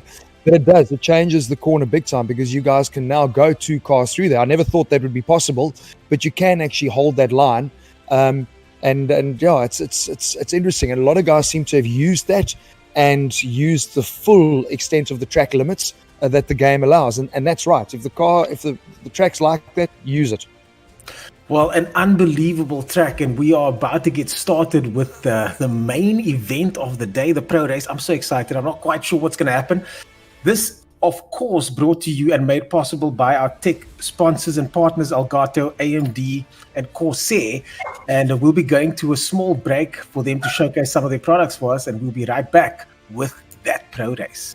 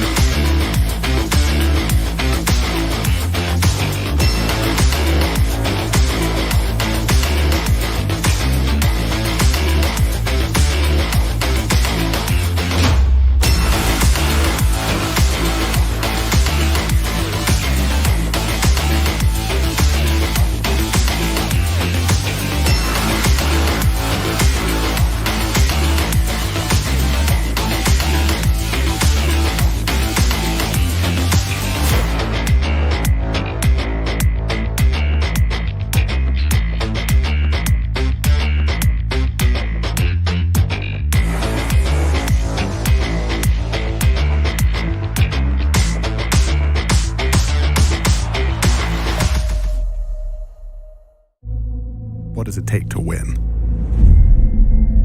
Is it something you're born with? Is it the grind? Every day. Gear up. Do battle. For the 10,000th time. Or is it pushing to your absolute limits?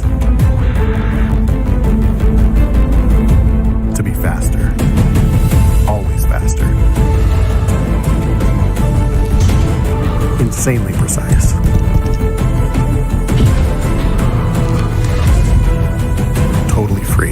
and at one with the game.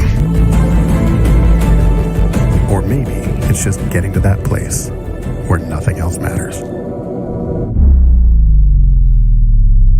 Nothing in the way of winning.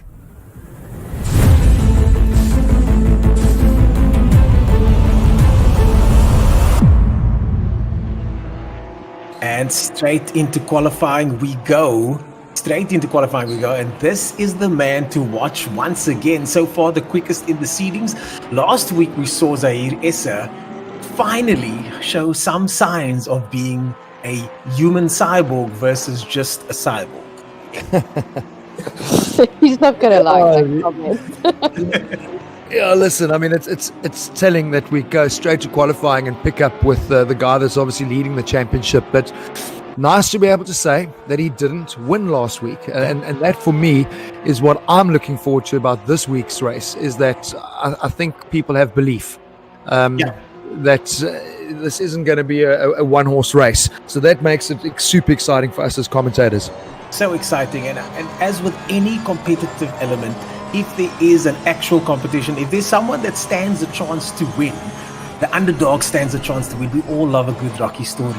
And we can't have Essa running away with every single race. So last week was quite refreshing to see that, yes, there are three guys in that top three race. The same three guys that we kind of suspected would bubble to the surface. We've got Sherat, of course, and then our other 80K driver over there, Jadwat, who won last week. So between the three of them, more than likely, we're going to see the three of them in the front.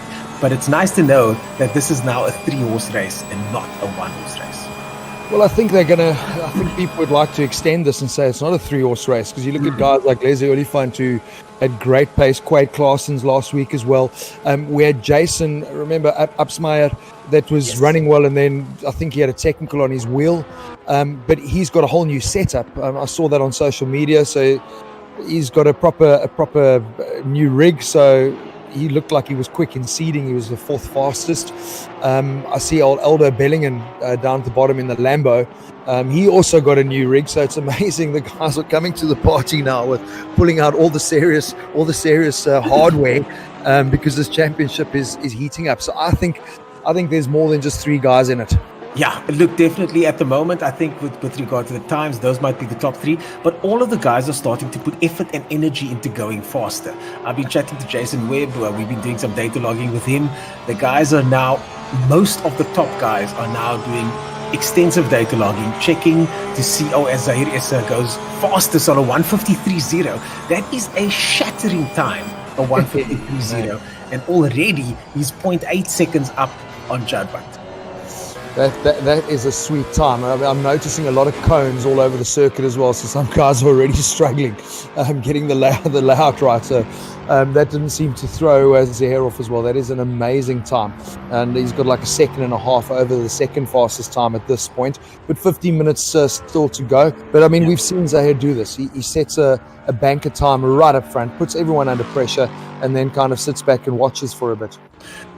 Definitely putting everybody under pressure. And this is the Lexus driver I was talking about earlier on, Hampson over here, Wesley Hampson, who has specifically been practicing, being that his car's a little bit faster than some of the others. He's been focusing, as he slides there through turn 11. Yeah, his car doesn't look very balanced, to be honest with you. He's been trying to gain an advantage in that section by pushing hard there, because that's one of the sections where he's the fastest, and he's hoping to be somewhere near the bottom of the pro guys, but definitely a bit more competitive this time compared to the last race. But that is just before he obviously went in a little bit hot into that turn 11, it was a great example of using the full track. You saw those three little markers showing the guys where they've got to come back and join the circuit, and he's going right over the curb, using all of that, and that is proper. So if that is what the track allows and the game allows, use it. Use every little inch of the circuit as possible. I think that's where the pros show why they are the pros, because they really, we saw that last week as well, they're able to put their car in the perfect position, use every little bit of the track like you would in the real world, Yeah, this track is so insane as we go on board now with Wesley Hampson. Keep to the left here. They want to go over that blue line ever so slightly. Tuck it in here to the right. Grab a little bit of curb and then grab lots of curb on the left-hand side. As you can see, bounces over those curves there. A very tricky spot. You could either bounce over the curb or get it perfectly and use that curb to slingshot around the corner as he gets caught up here by Morgan McCall in the Porsche. Morgan getting messed around there a little bit. Hopefully he wasn't on a lap. Yeah, no, it's all to play for now. They've got 13 minutes left of qualifying. Well, he's got his wheel back. I mean, this is the wheel that his brother won. So hopefully some good luck, voodoos and charms on that wheel for Morgan, because his brother was unbelievable in that Pro-Am race. He definitely can't own the equipment, can he? Well, he's no doubt warmed it up as Zahir Issa goes faster still. 52.8. I think that's the fastest time we've seen all weekend. 52.836 actually his fastest time in seeding yesterday. This just a little bit slower, but nobody else has done a 52.8 this weekend other than Zahir, with Sherat and Jadwat now slotting into second and third positions. But those are two drivers that tend to get a bit faster near the end of qualifying versus Zahir that just comes out straight away. Now, listen, we haven't seen Jordan yet, and I mean he was the only other person yesterday in seeding to go into the 52. So it was a 52.8, and he was on a 52.9. So super close. But his brother Cody was really quick last week, and just had a couple of issues with like that game technicality on the start, which saw him get a drive-through penalty, and that ruined his race weekend. But having the two brothers in the Audis working together, I think we're going to see more of that in this race. I think so too. Those guys, both Shirats, are on the international servers getting tips from international sim racers, international pro drivers, international engineers, trying to catch up and gain an advantage where they can. Things really are getting quite serious as we go on board now with, if we look on Bashir Jadwat going through that fast right-hander with the Porsche on board now. Fifth gear, 231 k's an hour. He gets to about 240 as they hit the brake marker. He hits 241. And the pace is most certainly on here for Bashir. Beautiful onboard. You see the double apex there. Runs it into the corner, lets it run out wide, turns it in again. That was beautiful on board. And can I just compliment, I don't know who that driver was on the back straight, but actually getting out of the way and allowing Bashir just to keep along his path, not having to make an overtake. That is a driver that's obviously aware of where the cars are on the track. Nice to see. Fantastic stuff. Bashir Jadwat now half a second up in that last sector, but can he hold it as he heads now towards the pit straight and start finish line? He is 0.9 seconds behind now in third position. Bashir gets across the line into second place. Bashir Jadwat now in second place with the younger Shirat brother in third. I don't see Jordan though. He's just coming out of the pits. I saw the Audi coming out of the pits as Bashir went past. Obviously taking a lot of confidence from his win from last week. And exactly where he wants to be on the front row at this stage. But yeah, I definitely saw the purple Audi coming out the pits, and I think that is Jordan that'll be putting some laps together now. So we're on board with Jason. Like we said, not a great race last weekend, but we know he's quick and consistently quick. So I'm thinking he's hoping to have a way better outing this week. There he is in P2 now. Yeah, Jordan. There we go. Oh, Jordan Shirat leapfrogs Bashir there to slot into P2 with a 53.1. Oh, so he's still got some time in him, actually. Yeah, we know he's got 0.2 still to find to get on his seeding pace from yesterday, and I expect that he will find that as well. But what's also quite cool, if you've been following the racing over the previous 3 rounds, normally we've got 30 pros, this week 33.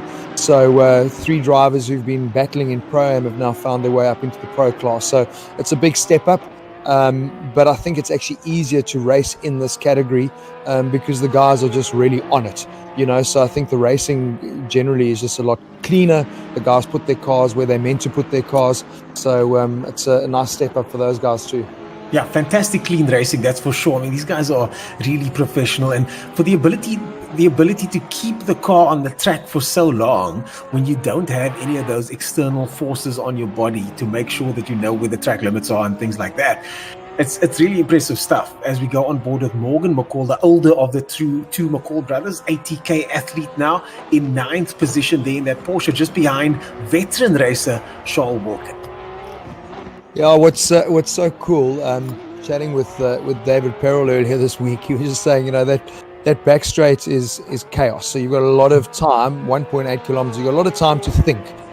You either got mirrors full of cars getting a massive draft, and we're going to see real benefits of that in the race. But then you've got that turn 10 that he said, like on the game, you don't even think about it. Just pitch the car in and off you go. But in the real world, it's something that sees you pulling down on the safety harnesses, double checking that you're strapped in tight, because it is a proper committed corner that we spoke in the ProAM race, very similar to what you get in East London with Potters. That whole back section does remind me a lot of Pakisa with the fast right-hander into the next right-hander and then that little hairpin. So it's a committed track with corners like that, but then there's also real technicality. Fine little parts on the circuit that you've got to line up right, and if you mess up the one, it ruins your rhythm for the next 2 or 3 corners. That corner really is full commitment there, and as you said, there is a difference with in real life. The consequences of making a mistake there are dire. And so 275 kilometers an hour, a dab on the brakes, and then hustle it through that corner as fast as you dare, maximum downforce, barely holding on. And most of the guys here doing pretty well through their corner actually, but in the race is where we see those small differences and advantages start to eke out as they go door to door through that right-hander. Yes, well, I mean, the VW group's going to be very happy at the moment. We've got a Porsche, Audi, Porsche, Audi, Porsche, Porsche, Audi. It's like and then in 10th place, we've got the lone Italian stallion. So this is kind of according to the form book that we've been seeing in the pros, a lot less mixing up of manufacturers. And yeah, I don't think you're gonna find much from the Mercs. And we were complaining that the Aston looked really, really slow. And again, we talk about things like balance of performance suiting some cars on certain tracks. It looks like it suits the Audi and the Porsche for sure. Oh yes, for sure. And this time even more of a mixed grid, because as you were naming them out there, it's a nice peppered mix of Audi and Porsche. So we'll see some battles between those guys. And as we mentioned earlier on, there's a difference between the cars through the different sections. The Audis seem to be struggling through that right-hander, whether it's a suspension setup, whether it's a car setup, whether the drivers are just hitting the maximum limit of that car through that corner. We've seen some strange incidents on turn 10 today. Yeah, but I think the Audi would, like in theory, be more stable than the Porsche, but at this track it seems to be the opposite way around. The Porsche seems to be a lot more stable than the Audi. I mean, the Audi is the one who's been having all the incidents, where the Porsche was winning the race and finishing second, and now again at the top of the log. So, yeah, but Taz, I mean, that's what we were sitting and bantering around in terms of using all of the track. And I mean, those funny, bizarre incidents we saw with the Audis in the ProAM race, it actually was the guys on the curb. So instead of actually going off the curb and using that extra bit of track, their bizarre spins were happening there. And I mean, we know apparently once the Audi gets itself into a slide, it's pretty tough to recover. And we haven't really seen any of that. It'll be interesting to watch in the race. But I think you'll find Jordan and Cody are actually running across the curb and using that bit of track on the outside that they're allowed to. And the Audi will look a lot more stable then. They're not bringing it back straight away. Yeah. Now, with the Audi, yes, and this is what I'm thinking what's going to happen with the Porsche is that with the faster Porsche drivers using more of the track, is this going to expose them to those supposed inherent issues with the Porsche's handling over the bumps? I've seen a lot of guys in practice lose it in the Porsches, even the front-running guys, but we haven't seen any of the Pro-Am guys do the same. So I'm interested to see how the Porsche front-runners are going to do today. I think as well, Ernest, I mean, where the Porsche seems to struggle is the corners where mid-corner lift-off. And that's where the car ends up going into a bit of an oversteer. And it's hard to catch, and that's what we saw in Zandvoort. Whereas here, you don't really have. Those corners are always, it's a dab on the brake, and then you're on the throttle again. And I think that's where the Porsche's balance and setup is good, as long as there's some throttle input. It's those corners that require you to brake and lift off and then get the car to turn in that it becomes unstable. But I think as long as there's input on the accelerator, like 10%, 20% throttle, and then coming on the power, it looks really well set up. Well, Cody going through that sweeper there with plenty space to spare. Gets a bit of a slide there, but not too shabby. And lots of space on the exit of that corner there, Cody, as he pulls off. Not happy with that, with those sequences of corners. Yeah, It's a perfect example of that. I mean, if you make one mistake on a corner there, you lose your rhythm. The guys are going to abort because that's your qualifying run done. Yeah, Leslie Oliphant now on board with the Porsche in 6th place, 1 second down. So a second or so separating the top 7 guys, 1.1 seconds. Top 5 in the 1 second bracket with Zahir Essa right on top with a 52.8 over the yellow. What do you call those things again, Tasman? Those yellow rumble strips on the outside of the sausages. Sausage curbs. Sausage They're called- curbs. It's the same one as that's in that kink in Kyalami. Same Well, sausage. the one in Kyalami is more like a launch pad. You know, some of them some of them are actual little bolt-ons, whereas the one in Kyalami is an actual concrete curb. A lot of the guys put them down almost like a rumble strip. So you can be aggressive on some of them, but this is the sort of stuff that when you go with the drivers to the circuit and they do the track walk, that's the sort of stuff that they're looking for. Like there, how much of a change in surface is there? If I do run across the curb, is it a curb that I can run onto? Am I going to have traction on there? I mean, that's what the guys do on the track walk, is getting a feel for those type of things. And that's difficult to get on the game. One of the things we spoke about with Jason was this right-hander here, as the car exits, is not to grab that curb as much. But some of the cars can, and some of the cars get punished for grabbing that curb. So the Mercedes doesn't like to grab as much curb as the Porsches do through that right-hand over there. So it's difficult to be able to get that sense if you haven't actually walked the track, as they say. Yeah, I think it's just trial and error on the game. I mean, you got to use it, and if it works, it works. If it doesn't, it doesn't. But like Maria said, a track walk is very important when you get to a racetrack, especially if you've never been there. Yeah. So you look at all different things, curbs, angulations, all sorts of different aspects of a racetrack. And it really helps when you get in the race car because you sort of know what to expect before you get there. Yeah, the textures make sense. You can actually go to the surface and feel what the surface feels like. And a section like a circuit like this with so many curves and so many sections where you can grab the curb or maybe shouldn't grab the curb, it's interesting to be able to figure that out as we go on board with Jordan Sharat now. It's actually it was quite interesting. I mean, it was actually walking the track at Kyalami with Jordan last year for the Kyalami 9 hour. And he was saying, I mean, obviously people love testing here at Paul Ricard or Le Castellet because it's good weather conditions. We've got perfect weather today. But he said they even look at, you know, is it the paint that has got grip in the rain because there's new paint that they use. So, you know, when it rains, can I put a wheel on that? And it's subtle little things that the drivers are looking for. But what I find challenging looking at the circuit is it is wide, and I don't mean the racetrack, I mean the layout. So it's very, very difficult to pick brake markers because you don't have that field of reference close by, and I think that's what some guys will struggle with on the circuit because it's also pretty flat. So it's hard to spot your turn-in point on a track like this because there's so much play area. There's so much play area. We just went on board there with Cody Shirat. We're looking from the outside. And as you were saying, there's not much happening. If you look at the way the circuit is laid out now, there's space on the side in most areas. So you can't use a tree on the side of the circuit. You can't use a fence, a marker. There's certain corners here where some of the drivers have said they've gone on feel as well. Yeah, well, that's because this track's got so many flippin' variations, you know. So they've got like 168 different flipping options here, and I think that's what makes it so bizarre because you wouldn't build all that space there, but that space is there because it's actually another part of the circuit. If they want to change the format, I mean, this is a 5.8k track, but a lot of the time for the club races they're running like a 3k circuit. So that's why the guys come here for testing because there's so many options, and obviously great having a long back straight. So the guys can obviously get, because not many circuits have a straight like that. So it's good to work on your top end there as well. And next week, I mean, we're going to Monza, which is the ultimate top end circuit. Well, speaking of ultimate, Zahir Essa is your ultimate driver here in the pro category. 0.3 of a second up. Second place, Jordan Sharat. Third place, Bashir Jadwat. And Cody Sharat brings it up in fourth. Abschmeyer in fifth. What a grid. This is going to be turn one. It was so well done by the ProAM drivers, and I know Jonathan was saying to us he had a chat to the pros about, listen, let's keep it safe through turn one.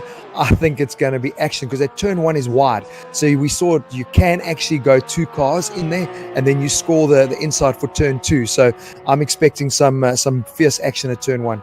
Well, we're going to go to a quick break now and after that, get back to that action, Marius. I'm excited. I'll see you after the break.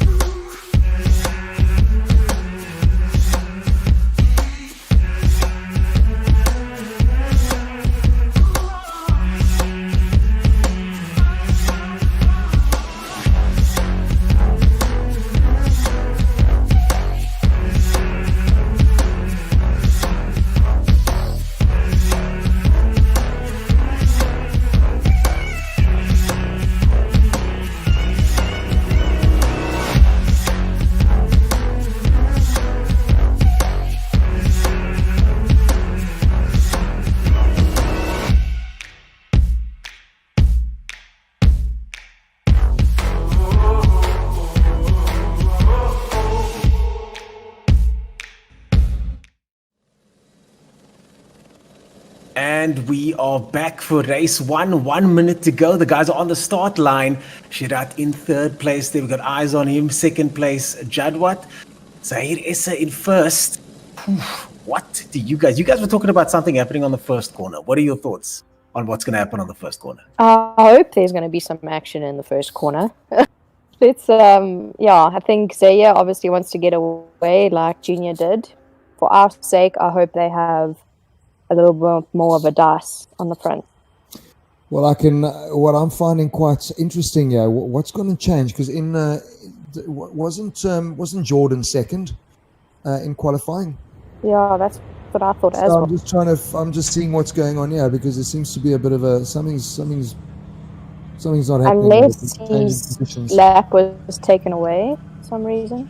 I did see a message on the server that he said he has no force feedback, so I think he has my goodness probably quit and will attempt to rejoin. I'm not sure what. Oh my goodness, not a great that situation is not for him. good at all. As the lights gone now. go out and the guys get to move off, he's gone. That position's gone. We're on board now with Avshmeyer, who's now being pushed up into default third position. Oh my goodness me. But out of interest, Jonathan, what will happen here? Because in theory, that spot should remain open. The game, I'm assuming, won't fill it, because in the real world, that spot wouldn't be filled. Yeah, so, you'll see on the positions there, you'll see P1, P2, P3 is currently open. So I'm not sure how the game figures that. But I'm not sure. If he comes in late into the race, he will start from the pit lane. Wow, that is actually really frustrating, because for me, Jordan was super aggressive in the opening laps, and that was what put Zahir under pressure. If you remember in Zandvoort, they went door to door, and that is what you need going into a race like this, with turn 1 and turn 2 being set up like they are. And I think the minute you put early pressure on Zahir, it turns it into a good race, you know. So that for me is a massive disappointment. Not ideal. What a pity. And the person now that has to put the pressure on Issa is Bashir Jadbat, the winner from last week, our second place man, our ATK driver. And if anybody can put pressure on Issa, it certainly is him. But the times at the moment don't seem to be telling the same story. Yeah, he needs to get past him as soon as possible in order to, I think, challenge Issa. I think if Issa gets away at the start, I think he's going to check out again. But it's quite interesting, Taz, what you mentioned in the ProAM race, and it's worth talking about again. I mean, this back straight is so long, and you know, you've got to go through that left hand onto the back straight with maybe 0.6 or 0.7 of a second to kind of break the toe. So I think even though you can follow the guys through turn 1 and turn 2, on that first lap, you are going to have an opportunity to overtake. Yeah, I mean, if he remains calm and gets through that first little section and is on Essa by the time they get onto the back straight, he can definitely challenge him into that fast right-hander. But we can call it as much as we want. Once the green lights go out, that's it. It's game on. I'm just very interested to see how the game's going to do this, because in theory, that third position spot on the grid should remain open, which obviously allows the guy in fifth a nice open clear path to drive straight through. So I'm hoping the game will keep the realism. Yeah, what it usually does is if a car crashes out during the course of the lap, by the time they get to the end of the lap, it will rearrange everybody automatically. So I think it's not going to leave a gap there. Well, we just got word now that Jordan didn't ready up when he was supposed to get access to the lobby. And that's one of the reasons why I got pushed out of the lobby, and unfortunately now will not be starting this race in third position. I don't think, Jonathan, that he can join now, can he? From the back of the grid even? He should be able to. I'm not certain. Yeah, so we'll have to wait and see. But either way, he's out of the running as the guys now make their way to the start-finish line. The final corner up ahead, they've got a left-hander they're going through now, long sweeping left-hander, as is the case with many of these corners, and then the very tight right-hander now going onto the main straight. This is the pit straight. It looks like the game's actually keeping that space, eh? Looks like it. Yeah, I hope so. Because that for me is what would happen in reality. It looks like it might be closing up. We'll see. Well, we're about to get started. Cody Sherrod looking at the space where his brother would have been. The two of them making their way down the strip now. The two Porsches. On the outside is Essa. On the inside is Essa. Sorry. On the outside is Jadwat as they go to the first left-hander and then back into a sharp right-hander. Essa's got the lead. Jadwat has a look down the outside. He's going to try and slot in behind. Now in third place there is Abshmeyer. Cody Sherrod getting involved there. Sherrod pushes Abshmeyer wide and gives Jadwat a bit of a nudge there. And this is exactly what Essa would have hoped for. Jadwat holding up some of the guys by the looks of things. And Essa it was actually Bashir that knocked Jason wide there. He actually took a bit of curb. I don't know if you saw, he got the car quite unsettled, and Jason obviously left him the space, which was good. And that just opened the door for Cody to come charging through. But this is what we weren't hoping for. You know, Zaire obviously stoked that he's got a bit of a gap, but he will still be able to get a tow here with Will Bashir. So we'll be able to close the gap. But I mean, I think, oh man. I think he's quite far ahead. I think it's going to come down to much. Okay. This is absolutely worst case scenario for Bashir, as in mentally he knows that Essa has got some pace on him here. He's going to want to try and get within striking distance, as you say. But speaking of striking distance, the rest of the field now very much within striking distance of that second place car of Bashir Jadwat. Well, I mean, Cody had good pace last week, and obviously he had a bit of an issue on the start with the game and giving a drive-through penalty, but he hasn't made the same mistake this time around. That's great onboard footage of Cody showing the different lines, staying around the outside. And this is what's so great with this track, with the late apexing and double apexing corners. The cars do tend to run out wide, and it gives you an opportunity to have a look. Yeah, as we have a look there at Absmeyer there in the black Porsche, having a look at Cody, and Cody flying the flag for their Sherrats over there in third position, all over the back of Jadwat, who's now finally starting to eke out a little bit of a gap. It looks like that look that Sherrat gave might have cost him a little bit, as Absmeyer now has a look down the inside. They go into the left-hander. Absmeyer places his car there, but it does look like Sherrat has got the line going into the right-hander. Yeah, it's a beautiful shot of those corners that you can go side by side through there, and you actually then have the advantage. So Cody did that really, really well. Didn't try and squeeze Jason, gave him the space, but he's gone and lost that position now through this technical section. And once you make one mistake and get pushed out wide, hard to get your rhythm back through here. Well, we can see that he's losing positions, hand over fist there, hand over fist. And that is not ideal for the young Sherrat brother over there, now down in fifth position. Back in fifth where he started, but... we've got a Merc. Is that a Merc that I'm seeing up there? That is Cuddly. Wow. In the Mercedes-Benz, the Porsche has a look down the inside now as they make their way down the straight. And the Merc has been said to be fast down here, but how fast will it be as he has another look? They're going two abreast so far into the right-hander of the Porsches. The green Porsche of Charles Wilkin there hanging back as Cuddly has a look down the inside. Watch them go wide there and dive back inside as Wilkin goes defensive. Wilkin, lots of racecraft there over the years being developed and now using it here on Assetto Corsa. But this is great. I mean, you were saying last week that Cuddly's obviously been chatting with the guys from Mercedes-Benz, with Raffaele Marcello, and getting the right setup for the car in the game, because it's actually not the 2019 spec AMG GT that the guys are racing here, and quite a difficult car to get set up right. And he was super, super quick last week. Remember, it looked like he had really good late race pace as well, like he looked after his tyres. And I think tyres are going to become critical in this race too, because we saw in the ProAM race the last 5 or 6 minutes absolute carnage, because guys were struggling to stop and turn. So it's a long race, it's a long circuit. It's off to a good start. It's a long race and a long circuit as Essa gets a 2-second gap and goes off into the distance by 2 seconds, but the race still continues all the way down. Second, third, fourth, fifth, sixth, seventh, eighth. These guys are all still in it, and Jason Webb now also coming on to battle it out for the fastest Mercedes car out on circuit today. I've got to be honest, I've been with Jason and his team for this week, doing some data logging and trying to get that car faster. He's looking for top 10 finish today as we go live with Jay Graylen in the Lamborghini, the first of the Lamborghinis in 14th position. I'm very impressed with the early Merc pace. I mean, I really didn't think they'd be up there, but I mean, to have them in 9th and 10th is fantastic. And that does, for me though, this race is taking on a bit of a deja vu ProAm where Junior McCall did exactly what ZRS is doing.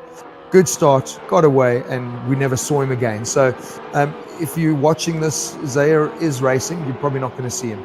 Now, we won't be showing much of Zaire Issa today, I doubt, just like we did with the first race with Junior McCall heading off into the distance, because there is lots and lots of action further down, even as far down as where the Lamborghini is now side by side there on the insert cam there, the live cam.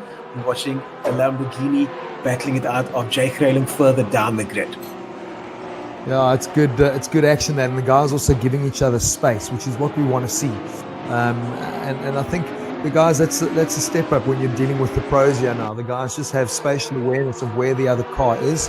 The game will obviously show them that as well, and just making sure that they don't fall over each other, which is critical, because it's a lot of racing left, 44 minutes, and you don't want to find yourself doing something silly this early on.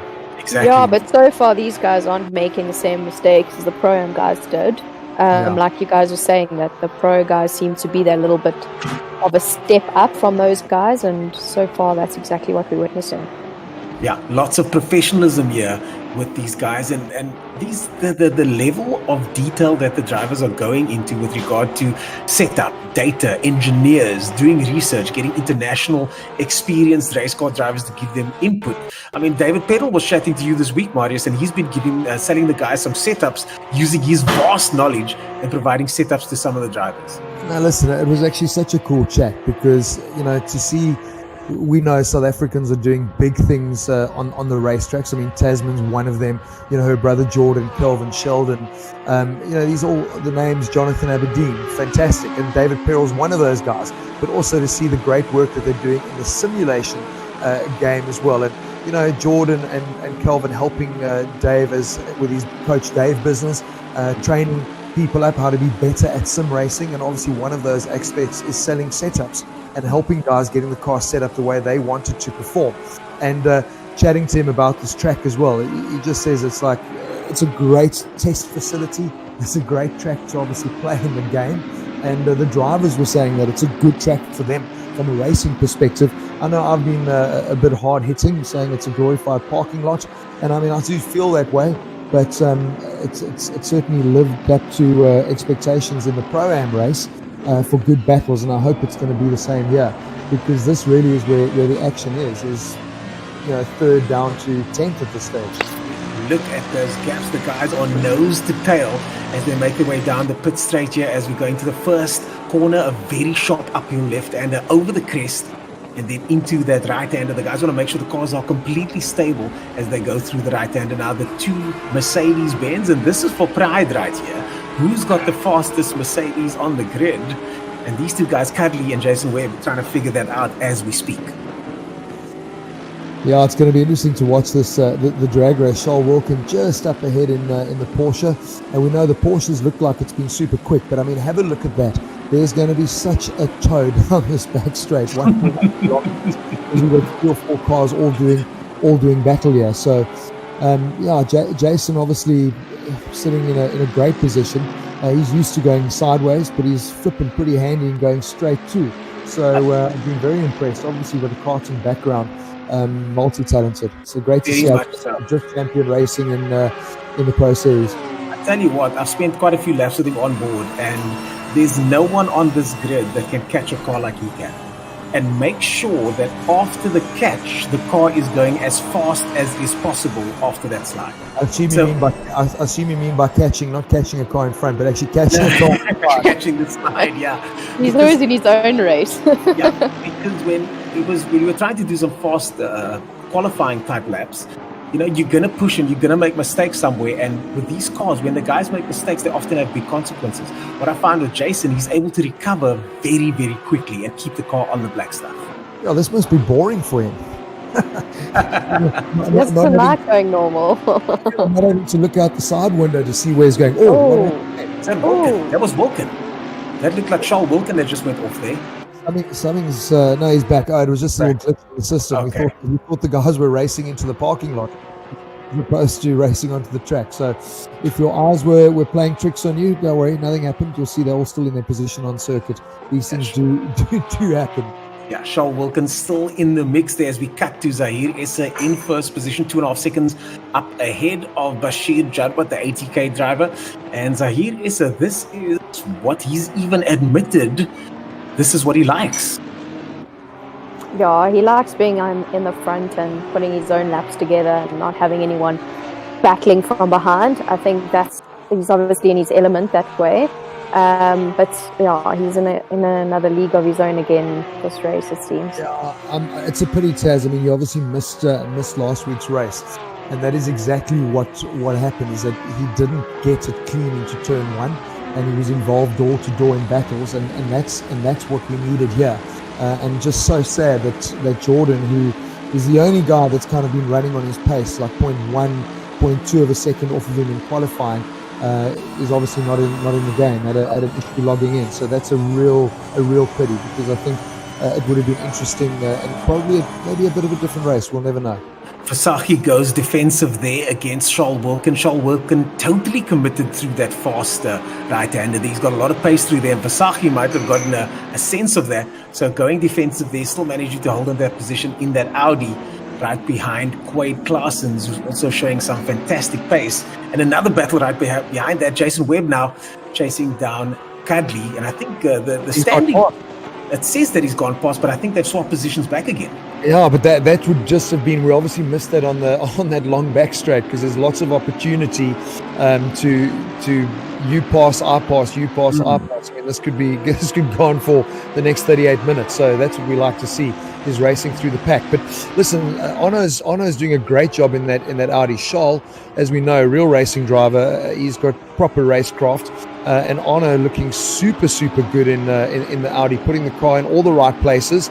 And Charles really got his work cut out. He's having, I can see that little brain's ticking over, trying to figure out how to get past this guy. Well, Charles certainly got the racecraft and the experience to back him up when it comes to these type of situations, biding his time, putting on the pressure. The lead, the first two cars almost certainly started to go into the distance, but Abschmeyer also within striking distance of at least Claessen's also in striking distance of Charles Wilkins. So now's not the time to get in too much of a tussle.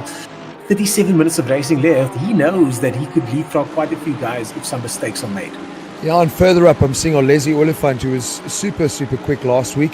There's also 0.6 on the back of Jason in third place. So pretty much like we saw, in the Pro-Am race, the battle is really for the final podium position.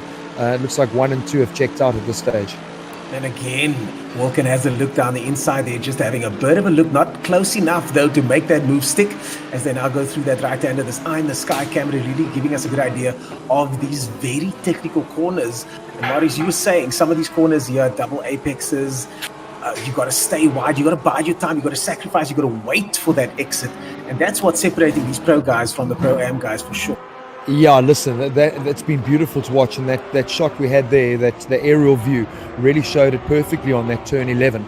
And it's actually quite nice because the car naturally carrying that amount of momentum is going to want to run out there. So it's a case of just letting the car drift naturally, and then obviously making sure that you can turn it back in for the second apex on that corner. But the pros are doing exactly what we expected them to do, driving like pros. See Jason putting the flashlights on a back marker, letting him know, dude, I've got Leslie all over the back of me, get out the way, I'm coming past. So that guy will be given blue flags, so hopefully he won't get involved, and he's moved it away nicely. That's good driving. Yeah, the Lamborghini's unfortunately never on the pace, at least not in the first couple of races. We're now at race 4 at Paul Ricard, and just look at that. Leslie Oliphant, Jason Abschmeyer, both guys that have this week been focusing quite a bit on trying to increase their craft, increase their racecraft, and increase their pace. And this is where it all counts now, a top 3 position up for grabs between Jason Abschmeyer and Leslie Oliphant. And just as Jason looked so good coming out of that left hand onto the back straight. He carried plenty of speed. Actually, he broke the toe because Leslie was a lot closer in the tighter bits, but Jason got good exit speed, and that's what's kept him safe from an overtake going into turn 10 at the end of this 1.8k back straight. He didn't reel him in at all down that back straight. Well, you know what they say, the most important corner on a circuit is the one before the longest straight, which makes that corner back there absolutely critical. Look at how close he gets here, though. It's a sacrifice corner. You've got to sacrifice the first half of that right-hander to keep right and then get onto the straight as fast as possible. And it does look like Afschmeyer's got that section nailed down. But the infield section, surely, is where Oliphant has been showing some success. Yeah, listen, I mean, we saw him have it looked like he was having a bit of a sniff there, but that was actually, Jason was on that correct line through turn 11, and Leslie opting for a tighter line in, and Jason will be seeing that in the mirrors. And I mean, that's the sort of pressure that, I mean, Taz can tell you, you know the guy is there, he's in your mirrors, you see a car moving left, moving right, and that pressure ultimately can result in a mistake, and that's what these guys are trying to do. That's what we saw Charles Wilkin doing to Arno Versace earlier, where he's not really trying to get a move done, but he's just letting him know that I'm there. And when you're in a Lumo green Porsche like that, you're going to notice it in your mirrors. Just look at that, the way he came close under braking like that. If the driver in front just glanced back, that must be one of the most intimidating sights. You've got Charles Wilkin, a seasoned race car driver, guy that's raced pretty much everything. Someone that raced against you, Tasman, is now in the mix here. Jason Webb overtakes Cadlin earlier on and is now all over Charles Wilkin. Yeah, this is brilliant. And I'm sorry to cut Taz, but this is flipping brilliant racing, because the Mercs are really in with a shout and they're closing up, and we've got an Audi in the background as well, Zander Roots, also coming along to the party. So this is exciting racing, and nice to see the two Mercs having pace. Jason really picking up the game super quickly and getting settled into it. And that's his real racecraft and experience coming through as well. He's picked up the game quickly. Yeah, he definitely has. One of the things we spoke about is for this corner here, for example, it's difficult to get your turning point for this fast corner over here. And one of the things that he's able to do, based on looking at the footage and giving input, he's able to put the car where he wants to quite easily. So if we'd say you're going a bit too wide here, as he runs a little bit too wide there, maybe tuck it in a little bit tighter. Cadley runs wide. But you see that Jason's on the perfect line through there, and obviously Cadley thought, he's making a mistake. I've got a shout here, and he ended up getting himself wrong on the curb and getting the car unsettled. But Jason's actually running that proper wide line. So if you're not under any pressure, run that proper line. You don't need to go defensive there. And that's why he's all over the back of Charles. Charles has been a bit surprising for me, because he burst onto the scene at Silverstone and we thought, dude, this guy's on it. And he had great qualifying pace. But in the race, he's kind of found himself stuck in this 8th, 9th position and not really being able to go any quicker. And I kind of thought that he would. So it gives you an idea just how good these pro sim drivers are at their craft. So very good. Yeah, but I think Charles focuses too much on trying to force the guy in front of him into a mistake, and then ends up getting sort of eaten up by the guys behind him, as we're witnessing right now. I think Versace seems to be handling the pressure really well and hasn't yet put a foot wrong. So I think Charles needs to either attack him fully or sort of just sit there and bide his time a little bit longer, because if he carries on doing what he's doing, the Merc's going to eventually get past him.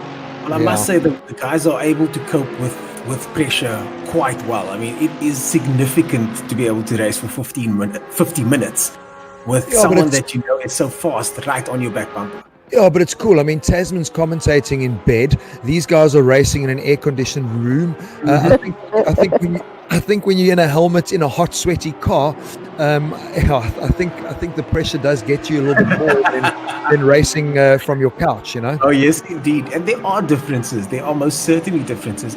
And you know what? I'll be interested to see how many of these guys are going to translate this into motorsport, those that haven't raced before, like our young new 80K driver, Junior McCall.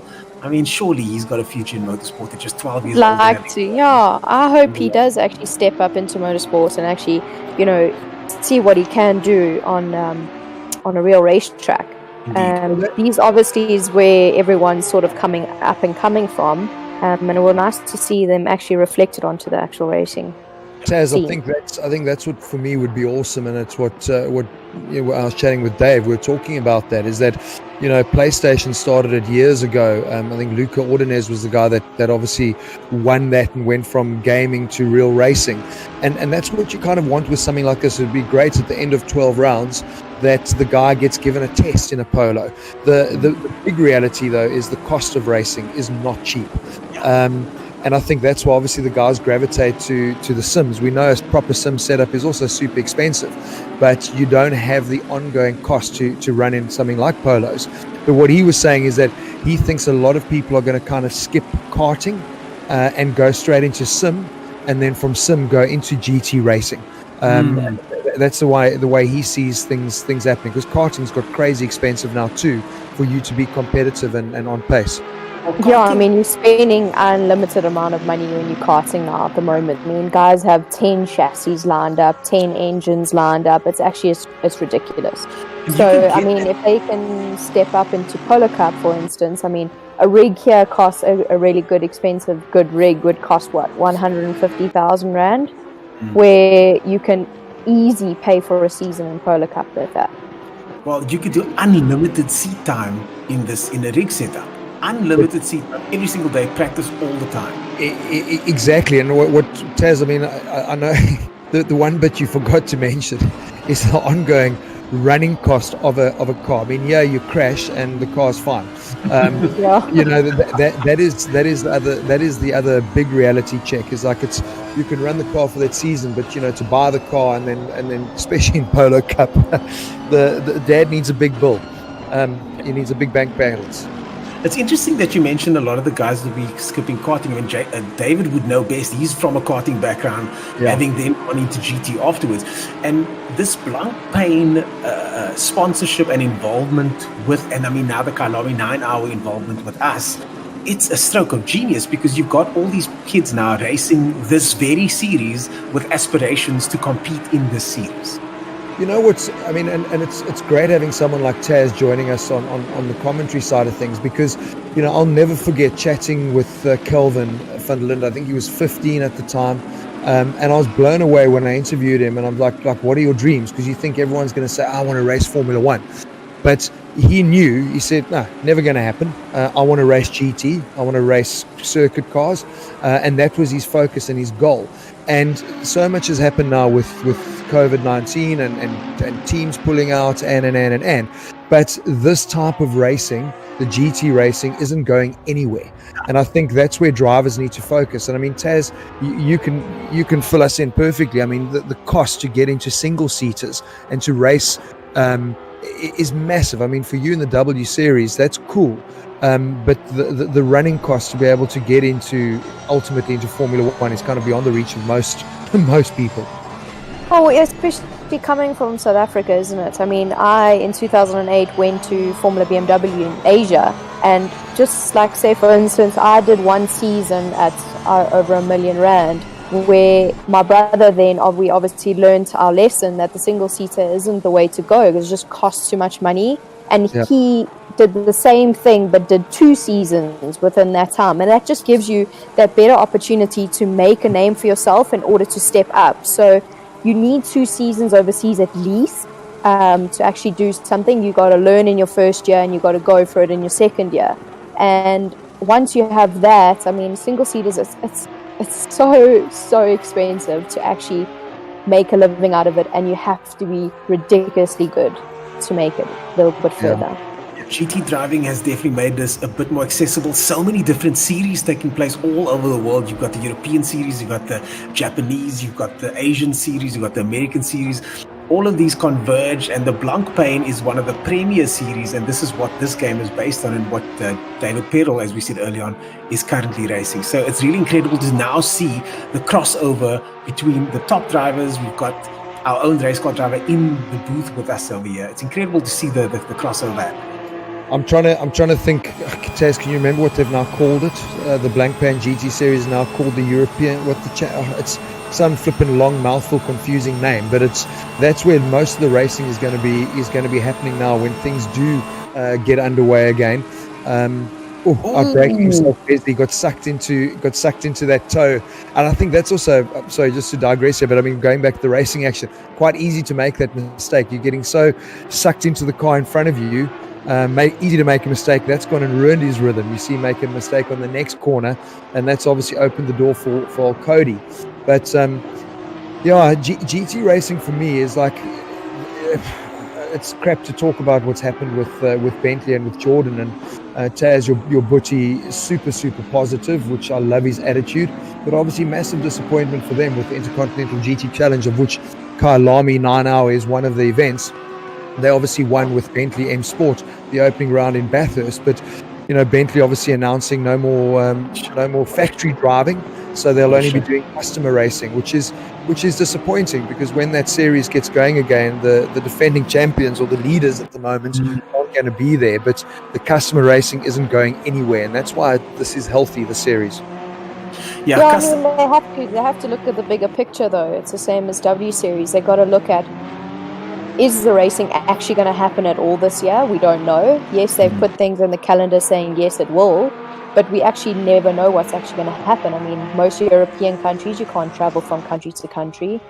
And, I mean, these teams that come from the UK or they come from America, they're actually not allowed to travel. So they got to look at the bigger picture and rather take that little bit of budget and that they were going to put in this year and move it to next year and just go bigger and better. Yeah, 100%. I think things are going to pick up. Most industries are going to pick up relatively fast. We've seen it already. I mean, it looks like it's pretty much par for the course outside here in Cape Town. But definitely next year, travel restrictions, now international travel restrictions in South Africa at least, getting lifted by Jan next year. We're looking at international sports, as you said, probably only kicking off next year. So it's really a case of a contingency plan for the rest of 2020, because 2020 is pretty much a write-off. Yeah. And let's do for next year as we go on board with the fastest man on circuit today. Beautiful watching him through. It was beautiful going on board with him, watching him work, because he was so precise in where he put the car. He had one little correction on the left-hander. We saw a little twitch, but still managed to make the apex.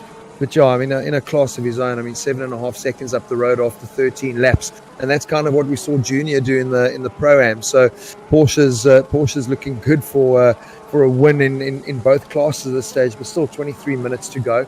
Just interesting, like having a look at the calendars and looking at what the guys have done with Formula One, and you start understanding, very clever going back-to-back races, because if the guys are there and you've gone and got the teams to move and they're there, you may as well keep them at the track for 2 weeks, do 2 races, because you can't just jump around the continents anymore. So that's why we've got back-to-back Silverstone, we've got back-to-back Austrian Grand Prix. So that's how they've taken on that approach. But I think what is so tricky is, I mean, Formula One's a circus on its own. So that's great, they can run. But I mean, for guys, I think even like local racing, it's like, how do you make that race happen with all the different categories? Because then you've got a lot of people that are coming to the pit and the paddocks, and that's what's difficult to control. So yeah, it's going to be interesting to see what happens from a racing perspective. I've got a gut feel there ain't going to be much of it. The logistics must be super high, because I know that with a lot of the sports that are going ahead, they are doing extensive testing, making sure that environments are excessively safe. And that's what you have to do, because it's such a high-risk environment at the moment. And just if the costs are too high, that might be a problem. As we see, Vulcan having a look there, beautiful move to the outside there. Saki on the inside gets it right alongside the Porsche. Now seems to have the legs down the straight. Is Vulcan going to cut across? Is Fasaki going to back down? This is going to be interesting as they go through the right hander. Fasaki backs down. Vulcan gets the line. A solid move from Vulcan there. Can he hold on though to the next right hander? Yes, he does get a little bit of a look there. They touch. Stroll runs wide. No, that was very, very naughty. That was Fasaki's fault there, big time, because I gave him a proper little nudge and knocked him wide. So if I was him, I'd give that position back. Yes. Which I don't think he is. I think he's he's still trying to fight. Oh my goodness me, they go across. Vulcan's out. Jason Webb gets caught up in the pandemonium as well. Oh my goodness, Jason Webb in that incident. So look, Jonathan's been quiet, and he's going to be quiet for a while now, because there's obviously a lot of footage for him to go and replay. But that was some really, really silly, bad racing for 2 or 3 corners by Fasaki. What a pity. Oh my My goodness me, Visagi's going to have the magnifying glass all over him after that little incident. And I'm not sure how you guys judge those incidents here, but it started earlier on, didn't it? That was going into turn 11 because Charles had a great run. We saw Visagi go defensive down the back straight early on. Charles got the pass done around the outside, clean as can be. And obviously, he came back at him in the Audi going into 11 and gave him a touch, which pushed Charles out wide. And then obviously door to door going through the left-right section, but it just doesn't look good from first view. But I've been known to be wrong before, Taz. I didn't want to say anything. You're wrong all the time, Marius. What do you mean just sometimes? According to Taz, Marius is always wrong. According to Marius, Taz was wrong. That's why you guys do so well together when you argue these incidents. We love to cause trouble. It's good fun. But I'm sure we're going to see a replay of that because it's quite a big incident and it's gone and affected a lot of other people as well. I mean, Jason's still showing that he's in 8th position there, but he got himself into a proper sideways moment. We know he doesn't mind that. He knows how to recover. We're talking about it, Ernest. He got to show it off there. I'd want to see if he did recover. I actually want to see if he did. As I said, I'm getting a little bit more involved with him and Wesley Hampson and just trying to give some pointers where I can, try and get the guys to go a little bit faster. And I'll be interested to see if he actually did manage to recover from that. It does show that he's in his 8th position at the moment. Yeah, he lost the position to Cuddly. Remember, he was running ahead of Cuddly. So that little spin saw Cuddly benefits there. But I mean, Jason kept it on track and back racing and 0.6 behind right on the back of Cuddly. So yeah, he's done a great job just losing the one position. But yeah. Charles missed out quite a lot. There we go. So this is the race here. Webb now right behind an Audi. Not quite sure. Yeah. So he's further back behind. Visagi now is getting some pressure from Zander Roots. In the other Audi, Zander's going to try and get the inside line going into the right, the left-hander. Changes his mind. And yep, that's the stunning-looking Mercedes-Benz. But you said that's the oldest spec Mercedes-Benz. I think... Yeah, well, that's what the guys were saying. It's not 2019 that the guys are seeing running in the Intercontinental GT Challenge. So it is an old, I think 2015 is what they're running. So very, very different in terms of the setup. But I see Cody's picked up a drive-through penalty, so I'm guessing that's exceeding track limits. And I don't imagine old Ono Visagi is going to remain in 8th position. I'm quite keen to see what Jonathan thought of that because there's definitely something to review. Sheriff's also got a penalty as well. Yeah, that drive-through penalty is not me. That's exceeding track limits, I'm sure. It is exactly that, yes. Yeah, the game does not suffer fools. You get a couple of credits, 3 to be exact, and then a drive-through penalty. And after that, if you do it some more, you get penalized and disqualified. So Sherrod obviously on a charge. But when you're pushing that hard, you're going to maybe go a little bit wide here and there. Jonathan, are you looking at that incident with Scholl? Yes, I am, and I think we are going to cover this tomorrow night. Oh, interesting stuff. With that, I'm not going to say anything more than that. We can deal with it tomorrow. So that means he's running as he's running. So, yeah. Yeah, I'm not going to apply any penalty now. It's going to be a post-race investigation. Oh my goodness. There we go. So not as clear cut as we thought. Post-race investigation. Are you guys ready for your post-race investigation? I'm excited now. What do you mean? Yeah, but can we see it again though? Come on, let's see the replay of that. Taz gives us something to think about. Oh, we're having a look. We got that. I think Cody hasn't taken his drive-through yet. Jonathan, would Leslie know that Cody's got a drive-through coming up? Would the game be able to show that to the guy in front's got a drive-through? Yeah. He'll see that. He's got an indicator on the left of his screen that will show the driver that's in front of him, and you'll see the nice big red DT. Oh, that's awesome. That's good news for him. So that at least he knows he doesn't need to make a move now. He can just wait it out. 100% Ernest. I mean, you don't need to go and do anything stupid or silly. I mean, I'm imagining Cody would probably have to come in now because I think he's got 3 laps to take it in. So I think he'll probably come in now. So that's great that the game does that, because in the real world, you'd have your race engineer in your ear telling you, dude's got a drive-through penalty, don't do something stupid. So the game's done that, which is great. Leslie Oliphant, of course, very experienced, mixing it up with the guys early on. Unfortunately, now a little bit further back, but he still might be okay with a potential 4th place. And Abschmeyer just up front in third. So that podium position isn't quite off the cards for Leslie Oliphant just yet. No, not at all. And I think that's what he's looking at. You know, he's now blanked out the Audi. The Audi doesn't exist. The Audi's gone. It's just been a nightmare day for the Sherrits. And Jordan, you know, not logging in time, and the second fastest qualifier, not even in the race. So a weekend that they're going to want to forget. And obviously Cody's got their drive-through that he's going to take. I'm surprised he hasn't gone in now. He might find himself getting disqualified here. I think he's probably got one more lap to take it through.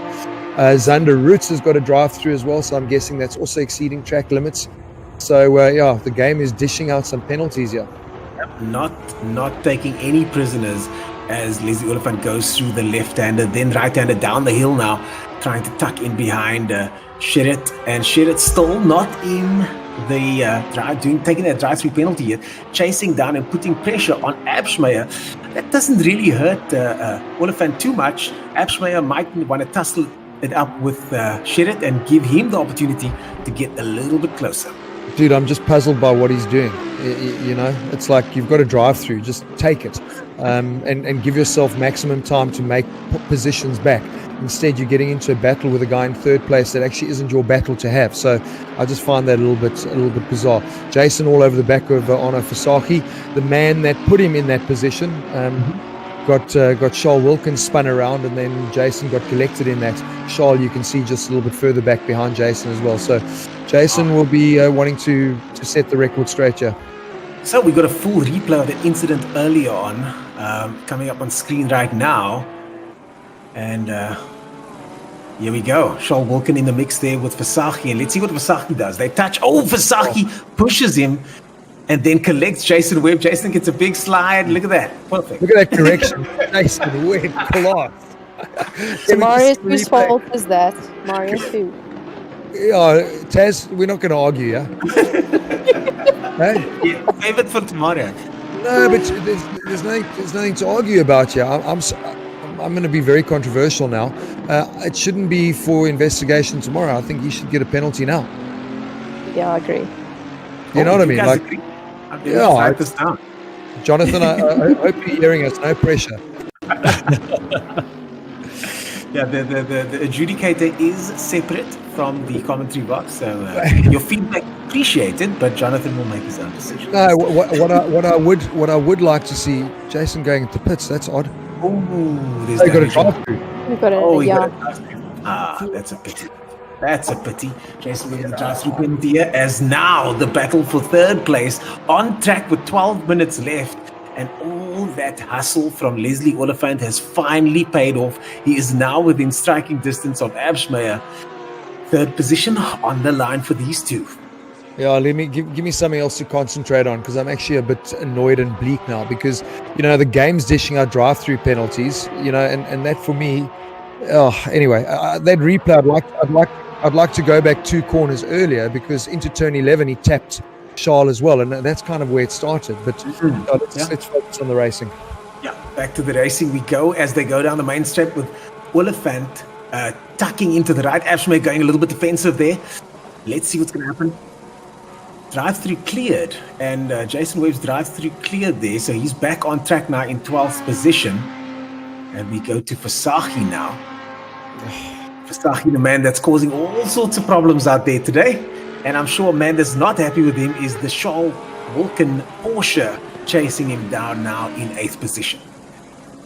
Yeah. If I was Charles, I'd be very, very committed to get on the back of him and just, you know, give him a little nudge. Although we don't encourage that kind of behavior, I totally understand his frustrations.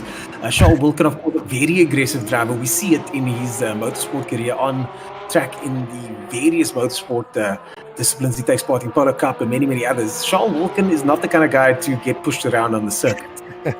Yeah, hey Taz, that's how things get solved in Polo Cup. I think it would have ended a little bit differently if it was Polo Cup. Exactly. Oh, but this is a good battle to watch. It's the main race on the track at the moment, and what's critical about it, it's for the final podium position with 11 minutes to go. We know Jason Abschmeyer is a cool customer, so he can handle the pressure. But Leslie's got real pace, and we saw that last weekend as well. But if you remember, there were some issues with him and Quaid. So let's hope he keeps things very, very neat and tidy this week. Yeah, last week wasn't the best example of the neatest racing. Incident happened where him and Quaid got together at Zandvoort into the tight left hand. As we go on board now, an awesome shot here of an onboard angle. Gets alongside. He's got the toe by the looks of things. He's got the run. 261 kilometers an hour so far. They should hit about 275 down this straight. Side by side they go. The right-hand Porsche starts to get ahead now. And amazing, eh? Amazing. Slots in down the inside. 273 goes back onto the line through the sweeper and just not able to make anything stick there. But just incredible how those cars shuffle positions even on that straight. But yeah, just that incident, if I remember, Taz, we ended up actually not thinking that Leslie did anything particularly wrong there, and we ended up, both of the guys just were told, hey, just leave space. So yeah, he didn't particularly do anything wrong. If I remember, that was our decision in that incident, Taz? Yeah, we actually agreed on that one as well. Just see what's happening here. We're agreeing. It's getting boring now, guys. I want to see the fight, so well, I tell you what's not That's boring for me too, don't worry. What's not boring is the on-track racing, because that was actually amazing to go on board down that straight. And having a look, he pulls out of the slipstream, and then obviously, literally, it's like driving a 1300. You pull out of the slipstream of a truck, and you get hit by the wind, and you can't go any faster. So yeah, it's going to give him something to think about now. How does he get this pass done? Perhaps may have missed that first apex over there, and this is going to cost him. Look at the speed generated. That section is critical to try and get the run down this section here. They're going to go into the right hand, and now will if I get the look?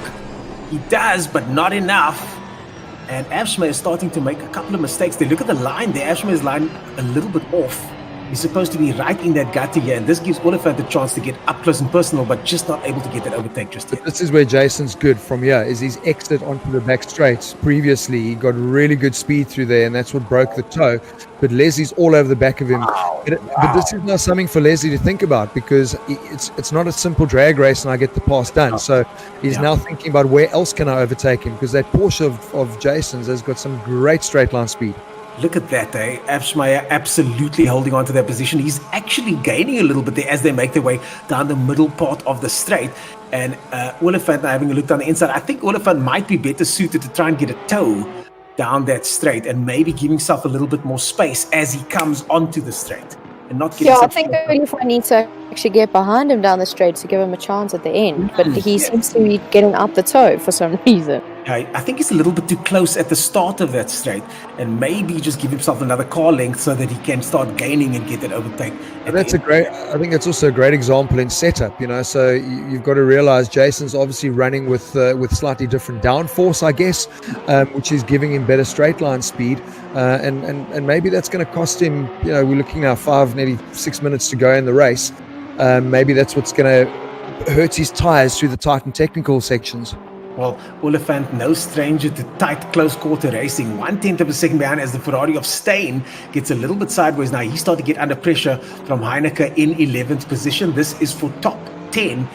And everything counts here. I mean, you want to say that you finished in the top 10 of the pro category. So these guys are battling for position as we speak. Well, it's just nice to have an Italian messing around with the Germans, because at the moment it's all German manufacturers. The Merc of Cadley in 6th.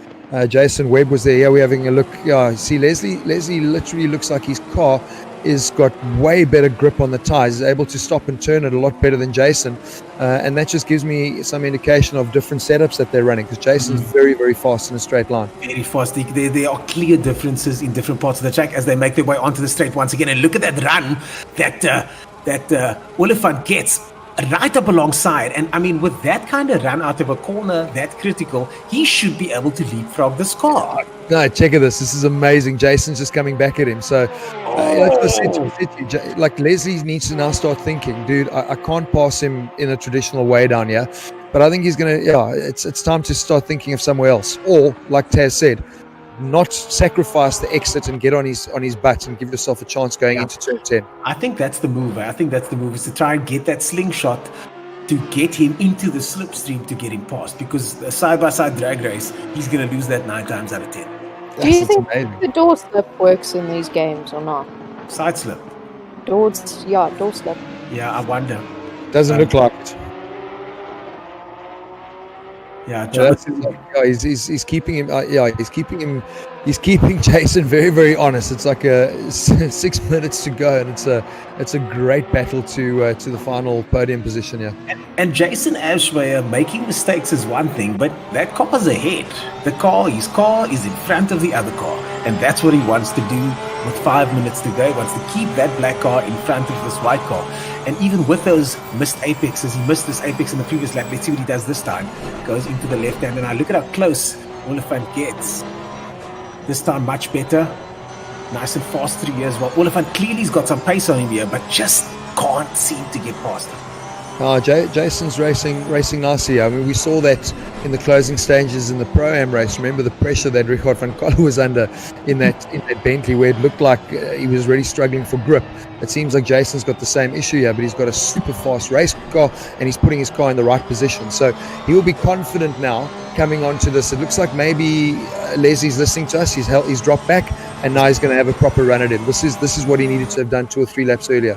We saw Charles Wilkin doing this exact thing earlier and get really close onto that back bumper and then swing it out at the last possible moment. Here we go. That's a bit too close. I think that he's pulled out too soon again. Soon. And look at that. Look at the Porsche in the right-hand lane just as they go up to the next. Go for the switchback now on this right-hander. You see, he's got it. So I mean, for Jason, like for me, he doesn't have to worry about this corner anymore because Leslie just doesn't have it worked out. You know, Leslie's got to try and find another place to make the pass, and it's going to be in one of these tight and tricky corners with 4 minutes to go. He's running out of time. It's a very, very cool battle to watch unfold because everyone thinks 1.8k back straight drag race, lots of overtaking opportunities, and we haven't really seen that, and that's purely a setup thing. And how crazy is that? These cars are supposed to be identical, but just because of setup, there's small differences that take place on the circuit. They're coming up towards a back marker now, and this is going to cause a little bit of problems with these two as we go into the final 3 minutes. We're live now with Jason Webb trying to work his way back from further down the grid. They're overtaking one of the Ferraris. That's walking the Ferrari. Jason Webb having a look down the outside of turn 10. Slots back into position. He's dropped all the way down to 14th now. Yeah, it was a pity. That drive-through penalty really obviously cost him. So we're assuming it was track limits because it was issued by the game. But good to see him making his way back. I think he finished 10th last week in Zandvoort, 10th or 11th. Yeah, so Shane, he was just out of the top 10. He told me this week he wanted to get into the top 10. So unfortunately running 9th at one stage, but it's not where you race, it's where you finish. So he's not going to be happy with that. As once again, a hard charging Oliphant. He's going to have to make that move. He's got 3 minutes to do so. Oh, but look, this is going to help. He doesn't have a chance because Jason's going to get the tow from the Audi in front. I wouldn't be surprised if that's Cody who had his drive-through. Maybe they're picking up on the back of Cody as a back marker, but he's lined him up better here. Pulled out later, but that Porsche of Jason's is so quick in a straight line. Look, This is gonna cause some issues. Audi gets out the way. They go closer, about to rub some shoulders there. They both think better of it. Good driving by the Audi, getting out the way. Fantastic.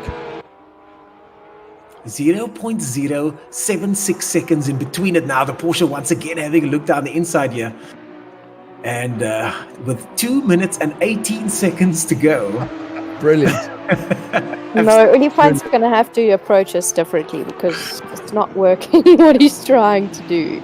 Yeah, but that's what I said earlier on. I mean, it's quite nice for you as a driver when you know the biggest overtaking spot is no longer an issue for you because you've got the edge of the guy. So now it's time to find someplace else.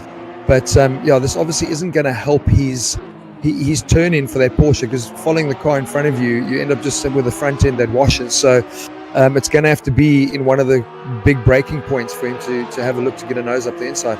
Well, this could or just force him into a mistake somehow. But he hasn't cracked under any of this pressure yet. I mean, I thought by now Ashmeyer would have made a mistake. He's run a little bit wide here and there, but he's a cool customer, Jason. You know, and he's been doing the sim racing for a long time. So he doesn't get too flustered, and he's really doing a great job here under massive pressure. But also just great to see Leslie having a go racing, but I just want to see him start thinking a little bit out the box with a minute to go. I mean, this literally, he won't get another lap, so it's do or die on this final lap. You have to do something spectacular here. Nobody behind him, so no pressure there, and it must be so frustrating Tasman, to be behind this guy like this and not be able to do anything about it. Yeah, it probably is one of the most frustrating things that can happen. You know that you're sort of somewhat quicker than him, but you can't find a way past. And yeah, the blocking game is quite frustrating as well. So when a car constantly blocks in front of you and there's nothing you can do about it. He's on the inside of the lap. I think he's having a big look down the inside. He knows that's the only chance. He's got no chance. I mean, it's just bizarre. He pulled out of the slipstream again. It's just, yeah. Anyway, bizarre. As the person that we're not talking about, our leader, Zahir Essa, once again running off into the distance. These guys knows to tell Zahir about to finish the race. If he slows down, he'll get to check a flag. I think that's what he's going to try and do. Yeah. The race is done. Zahir Essa across the line. I'd love to cut back to that battle for third position. Zahir Essa is going to take the win. He's 2 corners away. And these guys also just a couple of corners away now. Oh! Brilliant. Very tight race here. This has been some really good racing. So it looks like Zahir picked up her final lap. So now they've all got to go. So Jason's obviously very grumpy about that because he was hoping his race was run. So one more chance for Leslie Oliphant to get past Jason Upsmeyer, who's in third position currently. So that's going to be the battle to watch. Upsmeyer's now got another 1 lap of intense pressure to endure from Leslie Oliphant. Now Leslie Oliphant getting really close as they go into that hard braking zone, into the right-hand and now the left-hand sweep now, the S's. And there's such a technical section, but both of these guys technically proficient. They've been nose to tail for the last couple of laps, but not many big errors being made by either one. Yeah, it's been really good racing to watch. I mean, that's what I love. But have a look, he's way further back here now, so hopefully he's timed this thing right and he can close right on the back of Jason heading into turn 10. We've seen this repeated a few times. Yeah, rinse and repeat. Looks like nothing much has changed. The other thing is that maybe the Porsche in front has an advantage at the higher RPMs, because as we see, as he gets to this point here, nothing much changes. He has a look down the outside now, but the corners here, he's right along the outside, on the outside. That was the closest he's got so far. Is he going to try and tuck it down for turn 11 down the inside? He's going to have a look. Very aggressive stuff then. Aggressive defending from Abschmeyer. Fantastic driving now. The last couple of corners up ahead. Oh no! Oliphant pulls off. Something's gone wrong with Leslie Oliphant there. I think that was just to avoid contact. So it's actually very well done there because, Jason's obviously taken the perfect racing line through there. That's a great example of that, the double apex. And there's Jadwad in seconds, Essa winning. But I think that was good by Leslie. I think he realized he's going to run into the back of Jason and put him into a spin, and he just kind of aborted. So that's what I felt happened there. Abschmeyer doing so well. To Yeah, great result in third. That was a great finish. Pressure with probably like 12 or 15 minutes of racing. He was under massive pressure and got that wrapped up. Well done to Leslie Oliphant. And there, have a look in fifth place, our top placed Mercedes-Benz, Bruno Cudley. Well done. Great driving. Great to see someone mixing it up. But Arno Fasaki in sixth in the Audi. We're definitely going to be talking about him tomorrow in our incident report. And Quade Claessens, Charles Wilkin obviously coming back to finish still in the top 10, so great result there. And Jason, even with a drive-through penalty, finishing in 12th. Good racing at the end there, Taz. Yeah, I think it was pretty good. Obviously very frustrating for Oliphant, but overall not a bad race weekend. Yeah, we didn't have any of those any of the issues we saw in the ProAM race. The pros literally living up to their title of being pros. So that's it. We'll go to a quick ad break, and we come back. We'll have a look at our podium positions and hopefully catch an interview or two. Please don't let me into my zone. Let me into my zone. Let me into my zone. Let me into my zone. Please don't let me in. Don't play that. Take you down, don't say that. Money, me, $2. Telling you now, this payback. So I pay that. Ask him now, what's sage at? I've been going to the top and I got what they not, so I know that they hate that.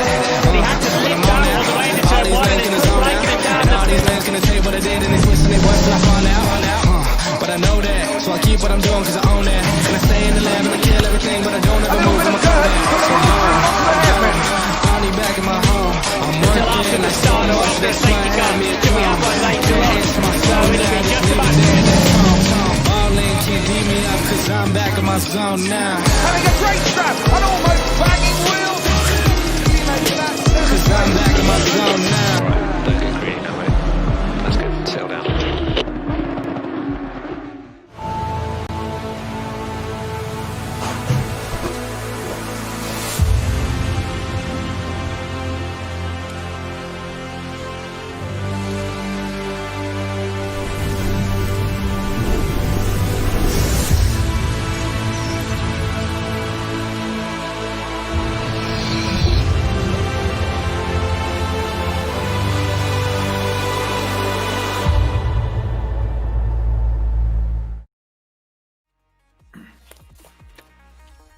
And we are back with the winners, and some of that looks familiar there with Zahir Issa on the top spot. Bashir Jadwat in second place this time, last week's winner in second place this time. But the guy that has driven a fantastic race and absorbed so much pressure, Mario, is definitely one of my drivers of the day. Jason Abschmeyer bringing up third position there. Fantastic stuff. Yeah, listen, that was the exciting bit for us as commentators. I mean, because literally that went on for, I don't know, probably 12 minutes or 15 minutes of the racing. But take nothing away from Zaire and Bashir Jadwad. We didn't speak much of them. We didn't see much of them because they were literally so far ahead. But it's kind of that 1 and 2 setup is back to normal like we saw in the earlier rounds. But good to have Jason back after a bad race last week. With Shirat now, unfortunately, both Sherrod brothers dropping way down the grid, and the top qualifying Sherrod brother, unfortunately, missing out on that second place qualifying position there at the start of the race. He falls all the way back now. He's not even in the finishing order. This mixes things up very nicely for all of these top three guys, specifically Jason Abschmeyer now that's back in the running. Well done to him with that third place finish. The racing, it was pretty good. I enjoyed the racing so far. Lots of action, lots of clean overtaking. And as you said, the pro guys definitely showing why they are the pro guys. Yeah, for me, what I loved about the battle in particular we saw with Leslie and Jason is it just gave viewers a real understanding of having your car set up a little bit differently. So Jason, obviously, he set up giving him proper top end and still being able to then put the car in the right place through the tight and twisty stuff that made it really difficult for Leslie to get past. And that might seem weird because, like, well, you've got a 1.8 kilometer straight. Surely it's going to be easy to overtake guys. But as we saw there, not always the case. I'd love to get his feedback on setup on that car. But feedback is what we will be getting from our second place man. Bashir Jadwat will be jumping into our virtual commentary booth here to give us some information. Bashir has just joined us. Mr. Jadwat, second place in the Porsche. How was that race? Started the race, didn't seem too tumultuous. You slotted into second place and just ran away, you and Zahir Issa, off into the distance. How was that race? Yeah, it was a bit of uneventful. I tried to go around the outside at the start, but I had a bit too much understeer for turn 2, so I couldn't get my car up the inside for turn 2. But once that was done, I mean, Zahir was gone. I was able to maintain the gap to third, so it was pretty uneventful. 1 or 2 slides here and there, but yeah, the rest of the race was just time management for me. But you know what's critical as well? I mean, obviously we didn't get to see much of your race because both you and Zay were so far ahead, Bashir, but super consistent. I mean, this is what wins championships. Yeah, you know, a win last week, second today, clocking up maximum points. This is looking good for the championship. Yeah, you have to get what you can, and yeah, for today, I think the best I could have done was second. I think if Jordan had started, it would have been a good fight for that second place. I managed to pop him in quali, but I think he had a few wheel issues, so yeah, I'm a bit disappointed for him. Unfortunate that he had those issues just before the start. But yeah, in terms of my pace with Zahir, I don't think I could hold a candle with him. I think I was lacking like 0.5 of a second on his race pace. Once I saw that, I just dialed it back and just maintained my pace to hold the tires in, because I knew in practice my front tires were going to die. Waiting for races now to see the Porsche have a chink in its armor. When is that chink going to show? Because it doesn't seem to be showing as of yet. I think we got lucky here. I think if that Audi had started the race, he would have given us a go, because our tires, I know for sure my tires were gone around 30 minutes into the race. My pace dropped by about a second. what I wanted to find out as well, Bashir, is from a setup perspective, you go to Monza next week. Is there a big change? Because, that is just pure horsepower. Do you guys run with super low downforce there? Is there going to be a big change to your car? I had to run very low downforce here, so I'm pretty sure this setup should plug and play as a base there. But we'll see how it goes. I think next week Monza's race is going to be, I think it's going to be a nightmare for us. I know the Mercedes is extremely quick there. I've been driving the Mercedes for a few seasons now. So I think, the Merc should come good there. The Audi, I'm not too sure how strong it is there, but we'll see how it goes. I think the front engine cars should have a good run there at Monza. Even the Lambo. What's interesting though, Bashir, I mean, you obviously would have missed it, but there was a great battle between Jason and Leslie, Porsches, and he couldn't pass him down the back straight purely because obviously they must be running on different setups there.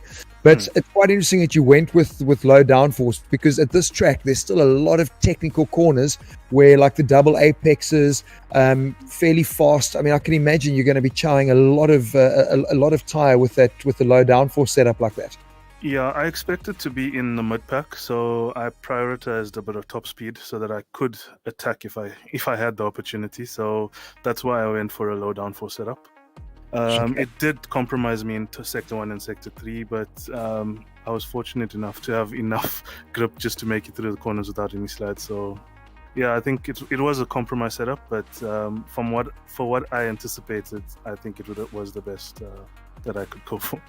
Yeah, well done. That was another fantastic race, and I'm sure massive confidence going into next round at Monza. Well done, Bashir. Thanks, Marius. I enjoyed that one. Yeah, Bashir definitely showing his class there as the race results are about to come up. There we go. Zahir Essa in first position. Maximum points once again for him. But Bashir Jabbar will be happy with that. Only 3 points down. Ab Schmeier, no doubt the happiest man on the podium today, having held on to that third place just ahead of Leslie Oliphant over there. Yeah, listen, it would have been great to chat to Jason, but I think Bashir answered our question for us. I think him and Jason ran very, very similar setups there, going for low downforce, and that's what we saw. Sector 1 and Sector 3, Leslie had the advantage on Jason, but on this track, you put your car in the right position, the guys aren't going to get past you, and they're going to have to rely to do that on the back straight, and then you don't have any horsepower to get past. So it actually ended up with a very, very clever setup for those guys. Very clever. These guys are so smart when it comes to these things. I was trolling some of the forums, and guys like Zahir Essa on the forums, Bashir Jadwat on the forums, these guys are getting information from some of the top guys in the world. And just as far as pace goes, our South African guys aren't that far off the pace. We're waiting for Essa to join us now in the commentary booth, but guys like Essa are right up there with the international guys when it comes to pace on this game, on this track. And speaking of pace, Zahir Essa joins us now, the fastest man here today. Top position again. Zahir, how are you feeling? Hey man, how's it going? Yeah, that was a very good race. I know I said I hate Paul Ricard and everything, but the way the car was set up and the driving style I had to do, it was just beast mode. It just, when driver and car won, it just felt like that, and it was flipping awesome. I imagine this is exactly that sort of track where you want to be in that zone and have a good rhythm, because it's quite a technical circuit. I mean, we're both saying it's a parking lot and everything else, but I mean, that's the layout. But the actual circuit itself, from a driving perspective, you've got massive top end, but you've got some really challenging technical sections too. It's very tricky. There's different lines you can take in all different corners. And with the Porsche, especially because of the long tightening corners, it's not very stable. So I was very worried about the Audi during the race. So it's unfortunate that Jordan didn't join, because it might have been interesting. But oh man, that felt so good. Yeah. Well, enjoying that victory there. I was on board with you earlier on, and through those S's that you're talking about where the car is not that stable, your throttle control there is just so smooth. Is that something you've been working on to try and get the car more settled there? I'm not sure which corner that is, but in general, that's what I try to do. So in the race, it's all about managing the tires, and honestly, I could not have like pulled a tenth more out of that. It was just in the zone. I just love that race. God. No, you know what I love, having these post race interviews with a guy that's absolutely stoked. I mean, you almost sound like you're surprised that you drove that well. But I mean, we've seen that consistency from you. I think it's just also great for you to be back on the top step of the podium. You know. Yeah, it's very cool. I would have enjoyed more of a race. I think I enjoyed the last race, obviously, even though I came third. Yeah. But this race, it was definitely a struggle leading up to this race because the car was twitchy. I couldn't get the lines right and that, and then just came qualifying. It was just, switched on. Well, So I'm pretty that's stoked. when it counts, and that's what you did when it counts. Fantastic stuff. Even in the race, you were doing very, very decent pace. But you're saying there's still in reserve, you still had reserve pace based on the fact that you were looking after the tires. No, overall, I think I couldn't have. If you push the tires too hard, then you just drop off completely. So I think I just eked out the most pace out of that car today. There was actually nothing more.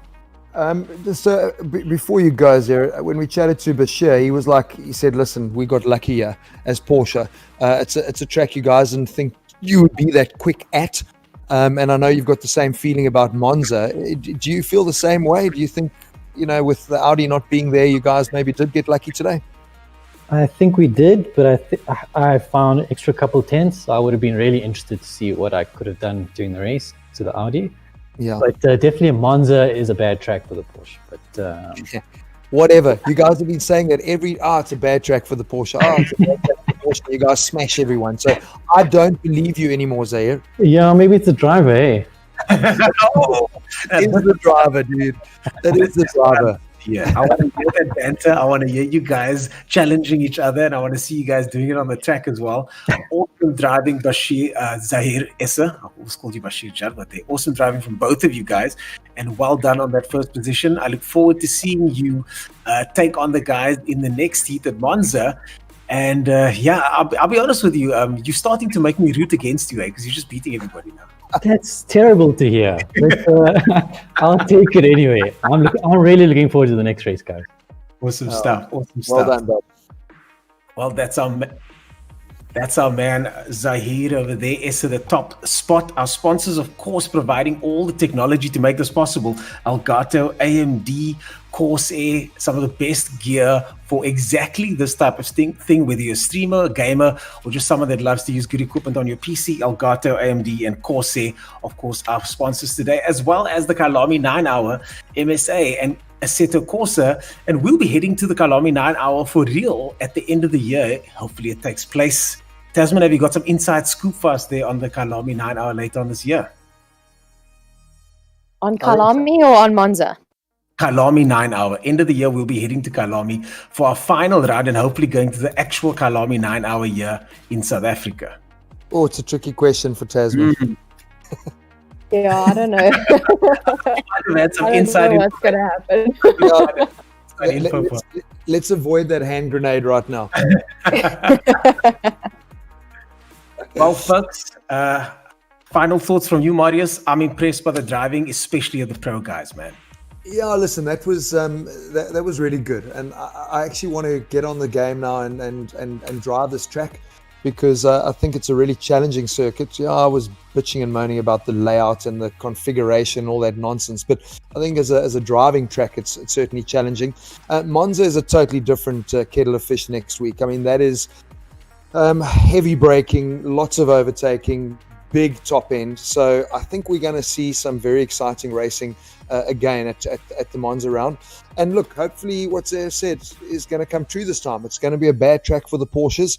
Apparently the Mercs are super fast. You can see Bruno Cuddly finishing in fifth place there, which is fantastic in that Merc. So he must be chomping at the bit to unleash that AMG at Monza next week.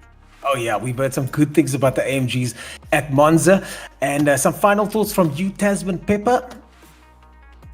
Actually looking forward to Monza. It's actually my first esport race as well, which is coming up next week.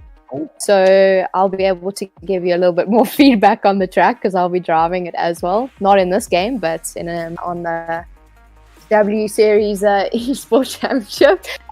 So yeah, I'm looking forward to that round, and hopefully we have a mix-up in the front of the Yeah, you're gonna have a bit more downforce as well, eh? yeah, just a tad more. So, you guys are going to be getting together tomorrow night to chat to Jonathan about all the incidents, and of which there were many. There's only one incident, and but we'll talk about that tomorrow. And the thing is, we're not going to disagree, Taz.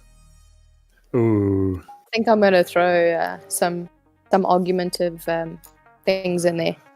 I hope so. I watch it specifically because you guys disagree. But one thing we can agree on, the racing was fantastic today. Zahir Essa takes the top spot once again, and that takes us into the next round at Monza.